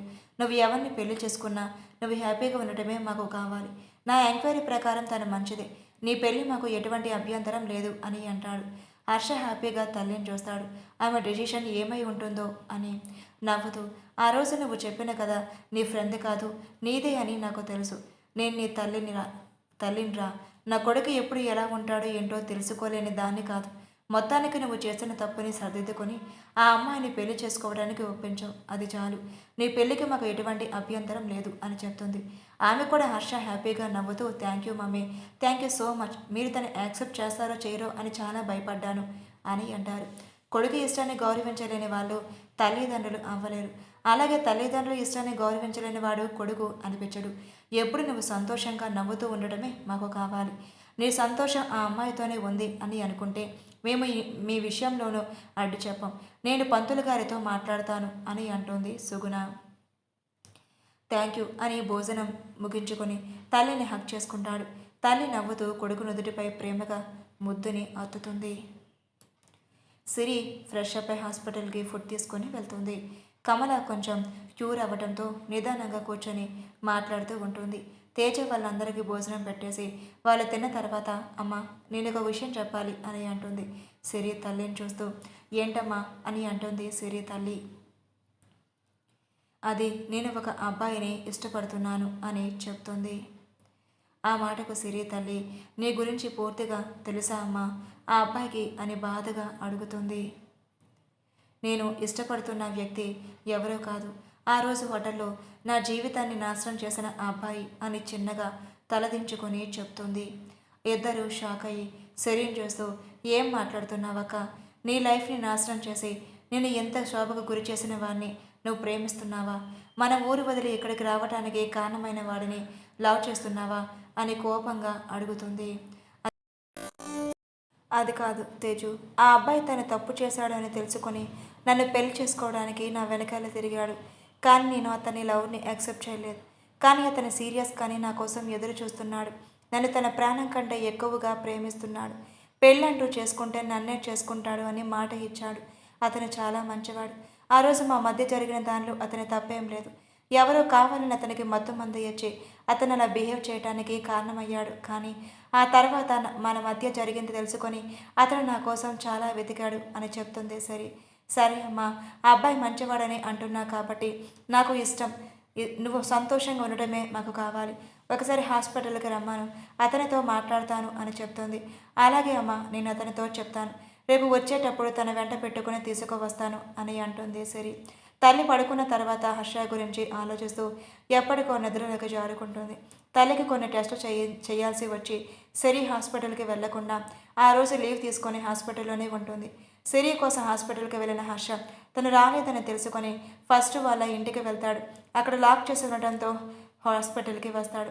సిరి తల్లి రూమ్ దగ్గరికి వచ్చిన హర్షను చూసి నా తేజు, హాయ్ వర్ధన్ గారు ఎలా ఉన్నారు, ఏంటి ఎలా వచ్చారు అని వెనక్కి చూసి ఈరోజు మీకు హెల్త్ బాగోక చూపిద్దామని వచ్చానురా ఏంటి అని నవ్వుతూ అడుగుతుంది. అదేం కాదు నందిని, జస్ట్ ఊరకనే వచ్చాను అని హర్ష చెబుతూ ఉండగానే నువ్వేంటి హర్ష ఎక్కడా అని అడుగుతుంది సిరి వాయిస్ వెనక్కి తిరిగి నీకోసమే వచ్చాను. ఈవేళ నువ్వు హోటల్కి రాకపోయేసరికి ఏమైంది అని ఇలా వచ్చాను అని అంటాడు. తేజ అక్క, వర్ధన్ గారు నీకు తెలుసా అని అడుగుతుంది సిరిని చూస్తూ. వర్ధన్ ఎవరు, తిను హర్ష, నేను లవ్ చేస్తున్నా అని చెప్పాను కదా, ఇతను అని అంటుంది సిరి. అవునా, మా చెల్లి నీకెలా తెలుసు అని అడుగుతుంది హర్షని చూస్తూ. ఇతను అప్పుడప్పుడు ఇక్కడికి వస్తూ ఉంటాడు అక్క, తన ఫ్రెండ్కి హెల్త్ బాగాలేదని డైలీ చెకప్ చేపిస్తూ ఉంటాడు. అప్పుడప్పుడు అమ్మను కూడా పలకరిస్తూ మాట్లాడుతూ ఉంటారు అని చెప్తుంది తేజు. హర్ష సిరిని చూసి అంటే నా పేరు చెప్తే నువ్వు గుర్తుపట్టేస్తావని నాకు ఇంకొక పేరు చెప్పాను, అది కూడా నా పేరు హర్షవర్ధనే అని అంటాడు ముద్దుగా మొహం పెట్టి. సిరి నవ్వుతూ సర్లేరా, అమ్మను పరిచయం చేస్తాను అని లోపలికి తీసుకొని వెళ్తుంది. లోపలికి వెళ్ళిన హర్ష కమలాకాన్ని చూసి హాయ్ ఆంటీ, ఎలా ఉన్నారు, ఇప్పుడు మీ ఆరోగ్యం ఎలా ఉంది అని నవ్వుతూ పలకరిస్తాడు. బాగుంది బాబు, నువ్వెలా ఉన్నావు అని ఆమె కూడా నవ్వుతూ మాట్లాడుతుంది. వాళ్ళ ఇద్దరు నవ్వుతూ అలా మాట్లాడుకోవటం చూసిన సిరి మొత్తానికి మా అమ్మని చెల్లిని ముందే లైన్లో పెట్టావన్నమాట అని మనసులో అనుకుని అమ్మ తినే హర్ష, నేను రాత్రి చెప్పానే ఇతని గురించి అని అంటుంది. ఓ నువ్వేనా బాబు అది, ఎప్పటి వరకు మా సిరి నా కోసం చాలా కష్టపడింది, ఎక్కడైనా తను సంతోషంగా ఉండటమే నాకు కావాలి అని అంటుంది కమల. బాధగా సిరి భుజం మీద చెయ్యి వేసుకొని దగ్గరికి తీసుకొని తన కంటి నుండి ఒక్క నీటి చుక్క కూడా బయటకు రాకుండా జాగ్రత్తగా తను చూసుకుంటాను, ఏ విషయంలోనూ తన బాధ పెట్టను, మీరు భయపడొద్దండి అని అంటాడు. అలాగే బాబు అని అంటుంది. రెండేళ్లలో వీళ్ళ పెళ్ళికి ఒప్పుకోవడంతో పెద్దలందరి ఆశీర్వాదంతో అంగరంగ వైభవంగా వీళ్ళ పెళ్లి జరుగుతుంది. తల నిండా మల్లెపువ్వులతో తెల్ల చీర కట్టుకొని ఒంటి నిండా నగలు పెట్టుకొని చేతిలోని పాల గ్లాసుతో శోభన గదిలోకి అడుగుపెట్టింది. ఎప్పుడెప్పుడు సిరి వస్తుందా, తను ఎప్పుడెప్పుడు దగ్గరికి తీసుకుంటానా అని ఆలోచిస్తూ తన కోసం ఎదురు చూస్తూ ఉంటాడు హర్ష. గదిలోకి వచ్చిన సిరిని చూసి తనకే తెలియకుండా మంచం మీద నుంచి నిలబడి ఆమె దగ్గరకు వెళ్తాడు. సిరి సిగ్గుతో తలదించుకొని డోర్స్ క్లోజ్ చేయలేదు అని చెప్తుంది. హర్ష వెళ్ళి డోర్ క్లోజ్ చేసి గడియబట్టి తన చేతిలోని పాల గ్లాస్ తీసుకొని సిరి నోటికి అందిస్తాడు. సిరి హర్షని చూస్తుంది. ముందు నువ్వు తాగు, ఆ తర్వాత నేను తాగుతాను, ఏదైనా ముందు నువ్వు తర్వాత నేను అని అంటాడు. ఆ మాటకి సిరి కొంచెం పాలు తాగి హర్షకి ఇచ్చేస్తుంది. హర్ష మిగిలిన పాలు కూడా తాగి పక్కన పెట్టి సిరిని అలా చూసి ఆత్రం ఆపుకోలేక వెంటనే తన దగ్గరికి వెళ్ళి తనని కౌగిలించుకుంటాడు. సిరి హర్షని చూసి నవ్వుతూ నేను మీతో ఒక మాట మాట్లాడాలి అని అంటుంది. ఇప్పుడా? తర్వాత మాట్లాడుకుందాం, ఇప్పుడు మాటలు తక్కువ చేతలు ఎక్కువ చేయాలి అని అంటాడు హర్ష. లేదు, చేతలు లేవు, ఏం లేవు, కేవలం మాటలు మాత్రమే మన మధ్య ఈవేళ అని అంటుంది సిరి. హర్ష అర్థం కానట్లుగా సిరిని చూస్తూ ఏమైందే నీకు అంటే ఈవేళ మన ఫస్ట్ నైట్ జరగదా, నేను ఇలా దూరంగా ఉండాలా నీకు అని అంటాడు. ఫస్ట్ నైటా? అది మన ఇద్దరికి ఎప్పుడో జరిగిపోయింది, ఇది జస్ట్ ఫార్మాలిటీస్ కోసమే కదా, సో దూరంగా ఉండు, ఏం కాదులే అని వెళ్ళి బెడ్ ఎక్కి కూర్చుంటుంది. ఏం చేస్తున్నావు సిరి, ఇంత అందంగా రెడీ అయి వచ్చింది నా కోసం కాదా అంటాడు. కాదు, అత్తమ్మ వాళ్ళు రెడీ చేశారు, నేను రెడీ అయ్యాను అంతే, అంతకు మించి ఏమీ లేదు. అటు వెళ్ళి నువ్వు ముసుగు తన్ని పడుకో, నేను ఇటు పక్క పడుకుంటాను, గుడ్ నైట్ అని బెడ్ మీద వాలిపోతుంది నవ్వుకుంటూ. హర్ష కోపంగా నీకు ఎలా చెప్తే అర్థం కాదే అని తన ఒంటి మీద ఉన్న షర్ట్ని తీసేస్తాడు. సిక్స్ ప్యాక్ బాడీ చూసి గుటకులు మింగుతూ ఏం చేస్తున్నా వర్ష అని తడబడుతూ అడుగుతుంది. ఏం చేస్తాను, నువ్వు మామూలుగా చెప్తే వినవని అర్థమయ్యింది, అందుకే బలవంతంగా నేను ఒప్పిస్తాను అని అతను ఆమె పక్కన చేరి తన నడుం పట్టుకుని దగ్గరకు లాక్కుంటాడు. నువ్వు అటు తిరిగి పడుకో, నేను ఇటు తిరిగి పడుకుంటాను అని అంటుంది. అతని స్పర్శకి తడబడుతూ నేను అటు పడుకొని నువ్వు ఇటు పడుకునే కాడికి మన పెళ్ళి ఎందుకు చెప్పు, ఈ ఫస్ట్ నైట్ ఎందుకు అని ఏర్పాట్లు ఎందుకు, ఈవేళ ఇద్దరం ఒక వెళ్ళి మీద ఒకరు పడుకోవాలి అని ఆమె పైకి చేరి ముద్దులు పెడుతూ ఉంటాడు. హర్ష చేస్తున్న మాయకి ఆమె మెల్ట్ అవుతూ ఉంటుంది. హర్ష నవ్వుకుంటూ నుదుటి మీద నుంచి ముద్దులు పెట్టి ఆమె సన్నని మెడ మీద నోటితో చక్కెల గింతలు పెడుతూ ఉంటే సిరి హర్ష చేస్తున్న పనులకి సిగ్గుతో బెడ్షీట్ని తన రెండు గుప్పెల్లో బిగుస్తుంది. ఆమె ఎత్తైన శిఖరాలను అడ్డుగా ఉన్న చీరను తీసి వాటితో చేతుని నోటికి పని చెబుతూ కొరికి ఆమె నడుముని చేతితో ఒత్తుతూ ఆమె నాభి నాలుకతో కొలుస్తూ కొరికిన చోట నొప్పి తెలియకుండా ముద్దలతో నాలుకతో అద్భుతం ఆమెలోని తాపాన్ని కోరికను పెంచుతాడు. సిరి హర్షం చేస్తున్న పనికి అతని మొహాన్ని ఆమెకు ఒత్తుకుంటుంది. నిదానంగా ఆమె చీర కుచ్చులు లాగేసి లంగా బొందను విప్పేసి తన ఆడతన మీద యుద్ధాన్ని ప్రకటిస్తాడు. ఒక్కసారిగా అతని తాకిడి ఆమెలోకి అతని ప్రవేశంతో నొప్పికి అమ్మ అని గట్టిగా అరిచి ఆమె కళ్ళల నుంచి నీళ్ళు జారిపోతాయి. హర్ష సిరి కంటి మీద ముద్దలు పెడుతూ తనకు నొప్పి తెలియకుండా నిదానంగా తన నుంచి సుఖాన్ని పొందుతాడు. మొదటి నొప్పిగా ఉన్న తర్వాత హర్ష చూపిస్తున్న ప్రేమకి తను కరిగిపోయి ప్రేమగా అతన్ని సహకరిస్తూ అతని నుంచి ఆమె కూడా సుఖాన్ని పొందుతూ ఇద్దరు శృంగార క్రీడలో మునిగిపోతూ వాళ్ళని తాపాన్ని కోరుకుని తీరేదాకా ఆ క్రీడ కొనసాగిస్తూ అలసిపోయి తడి చేరిన శరీరాన్ని ఇద్దరూ పక్కకు చేరుతారు. ఒకరినొకరు నువ్వు ఒంటి మీద బట్టలు లేకుండా శరీరం చూసుకుని నవ్వుకుంటూ ఒకరి కాకుట్లో మరొకరు చేరి నిద్ర ఒడిలో జారుకుంటారు. డోర్ సౌండ్ రావడంతో ఎక్కడ తప్పిపోయిన తన చీర వెతుక్కుంటూ కట్టుకొని వెళ్ళి డోర్ ఓపెన్ చేస్తుంది. ఎదురుగా ఉన్న హర్ష తల్లిని చూసి సిగ్గుపడుతూ తలదించుకుంటుంది. సుగుణాన్ని చూసి నవ్వుతూ వెళ్ళి స్నానం చేసి రాసిరి దేవుడి ముందు దీపం పెట్టాలి అని చెప్తుంది. అలాగే అత్తయ్య గారు అని స్నానానికి వెళ్తుంది. ఆమె ఒంటి మీద హర్ష చేసిన తీయటి గాయాలను చూసుకొని నవ్వుకుంటూ తలస్నానం పూర్తి చేసుకొని బయటకు వచ్చి రెడీ అయి కిందకు వెళ్ళి అత్తకాలకు దండం పెట్టి ఆమె ఇచ్చిన నైవేద్యం తీసుకుని దేవుడికి పూజ చేస్తుంది. పూజ బిగించుకున్న తర్వాత తనే స్వయంగా కాఫీ కలిపి అత్తకి మామకి ఇచ్చి హర్ష కోసం ఒక కప్పు పైకి తీసుకొని వెళ్తుంది. రాత్రంతా తలసిపోవటంతో గాఢ నిద్రలో ఉన్న హర్ష సిరి అంత లేపుతూనే లేవకపోవడంతో కాఫీ కప్ పక్కన పెట్టి అతని బొగ్గ మీద ముద్దు పెడుతుంది. వెంటనే హర్ష సిరి చేతిని పట్టుకుని తన మీదకి లాక్కుంటాడు. అయ్యో హర్ష, ఏం చేస్తున్నావులే, ఎవరైనా చూస్తే బాగోదు అంటూ మన గదిలో ఎవరికి రారు, వచ్చిన నాకైతే ఏం పర్వాలేదు, నేను ఉంది నా భార్యతోనే అని మొహాన పెడుతున్నా వెంట్రుకలు వెనక్కి తోస్తూ భలే ముద్దుగా ఉన్నావు తెలుసా అని అంటాడు. సిరి సిగ్గుబాటంతో ఆమె చెంపలు ఎరిపెక్కుతాయి. హర్ష వెంటనే ఆ చెంపకు ముద్దలు పెడుతూ సిరి అని దీర్ఘంగా పిలుస్తాడు. ఏంటి అని కళ్ళు మాత్రమే పైకి ఎత్తి అతను చూస్తుంది. ప్లీజ్ ఇంకోసారి అంటాడు. సిరి, బాబాయ్ నా వల్ల కాదు. రాత్రి తమ చేసిన పనికి నాకు ఒంట్లో ఓపిక అస్సలు లేదు. నీకు ఎక్కడిదిరా బాబు ఇంత ఎనర్జీ అని అంటుంది. ఈ వయసులో కాకపోతే ఇంకా ఏ వయసులో వస్తుంది ఎనర్జీ? అయినా ఇది మరీ అన్యాయమే. ఒక్కరోజుకి ఇలా అయిపోతే ఎలా? నన్ను ఎలా భరిస్తావే అని ఆమెను ముద్దులు పెడుతూ తన అందాలను చేతులతో తడుతూ మళ్ళీ పూర్తిగా మాయ చేసి మత్తులోకి దించి ఆమెలో కలిసిపోతాడు.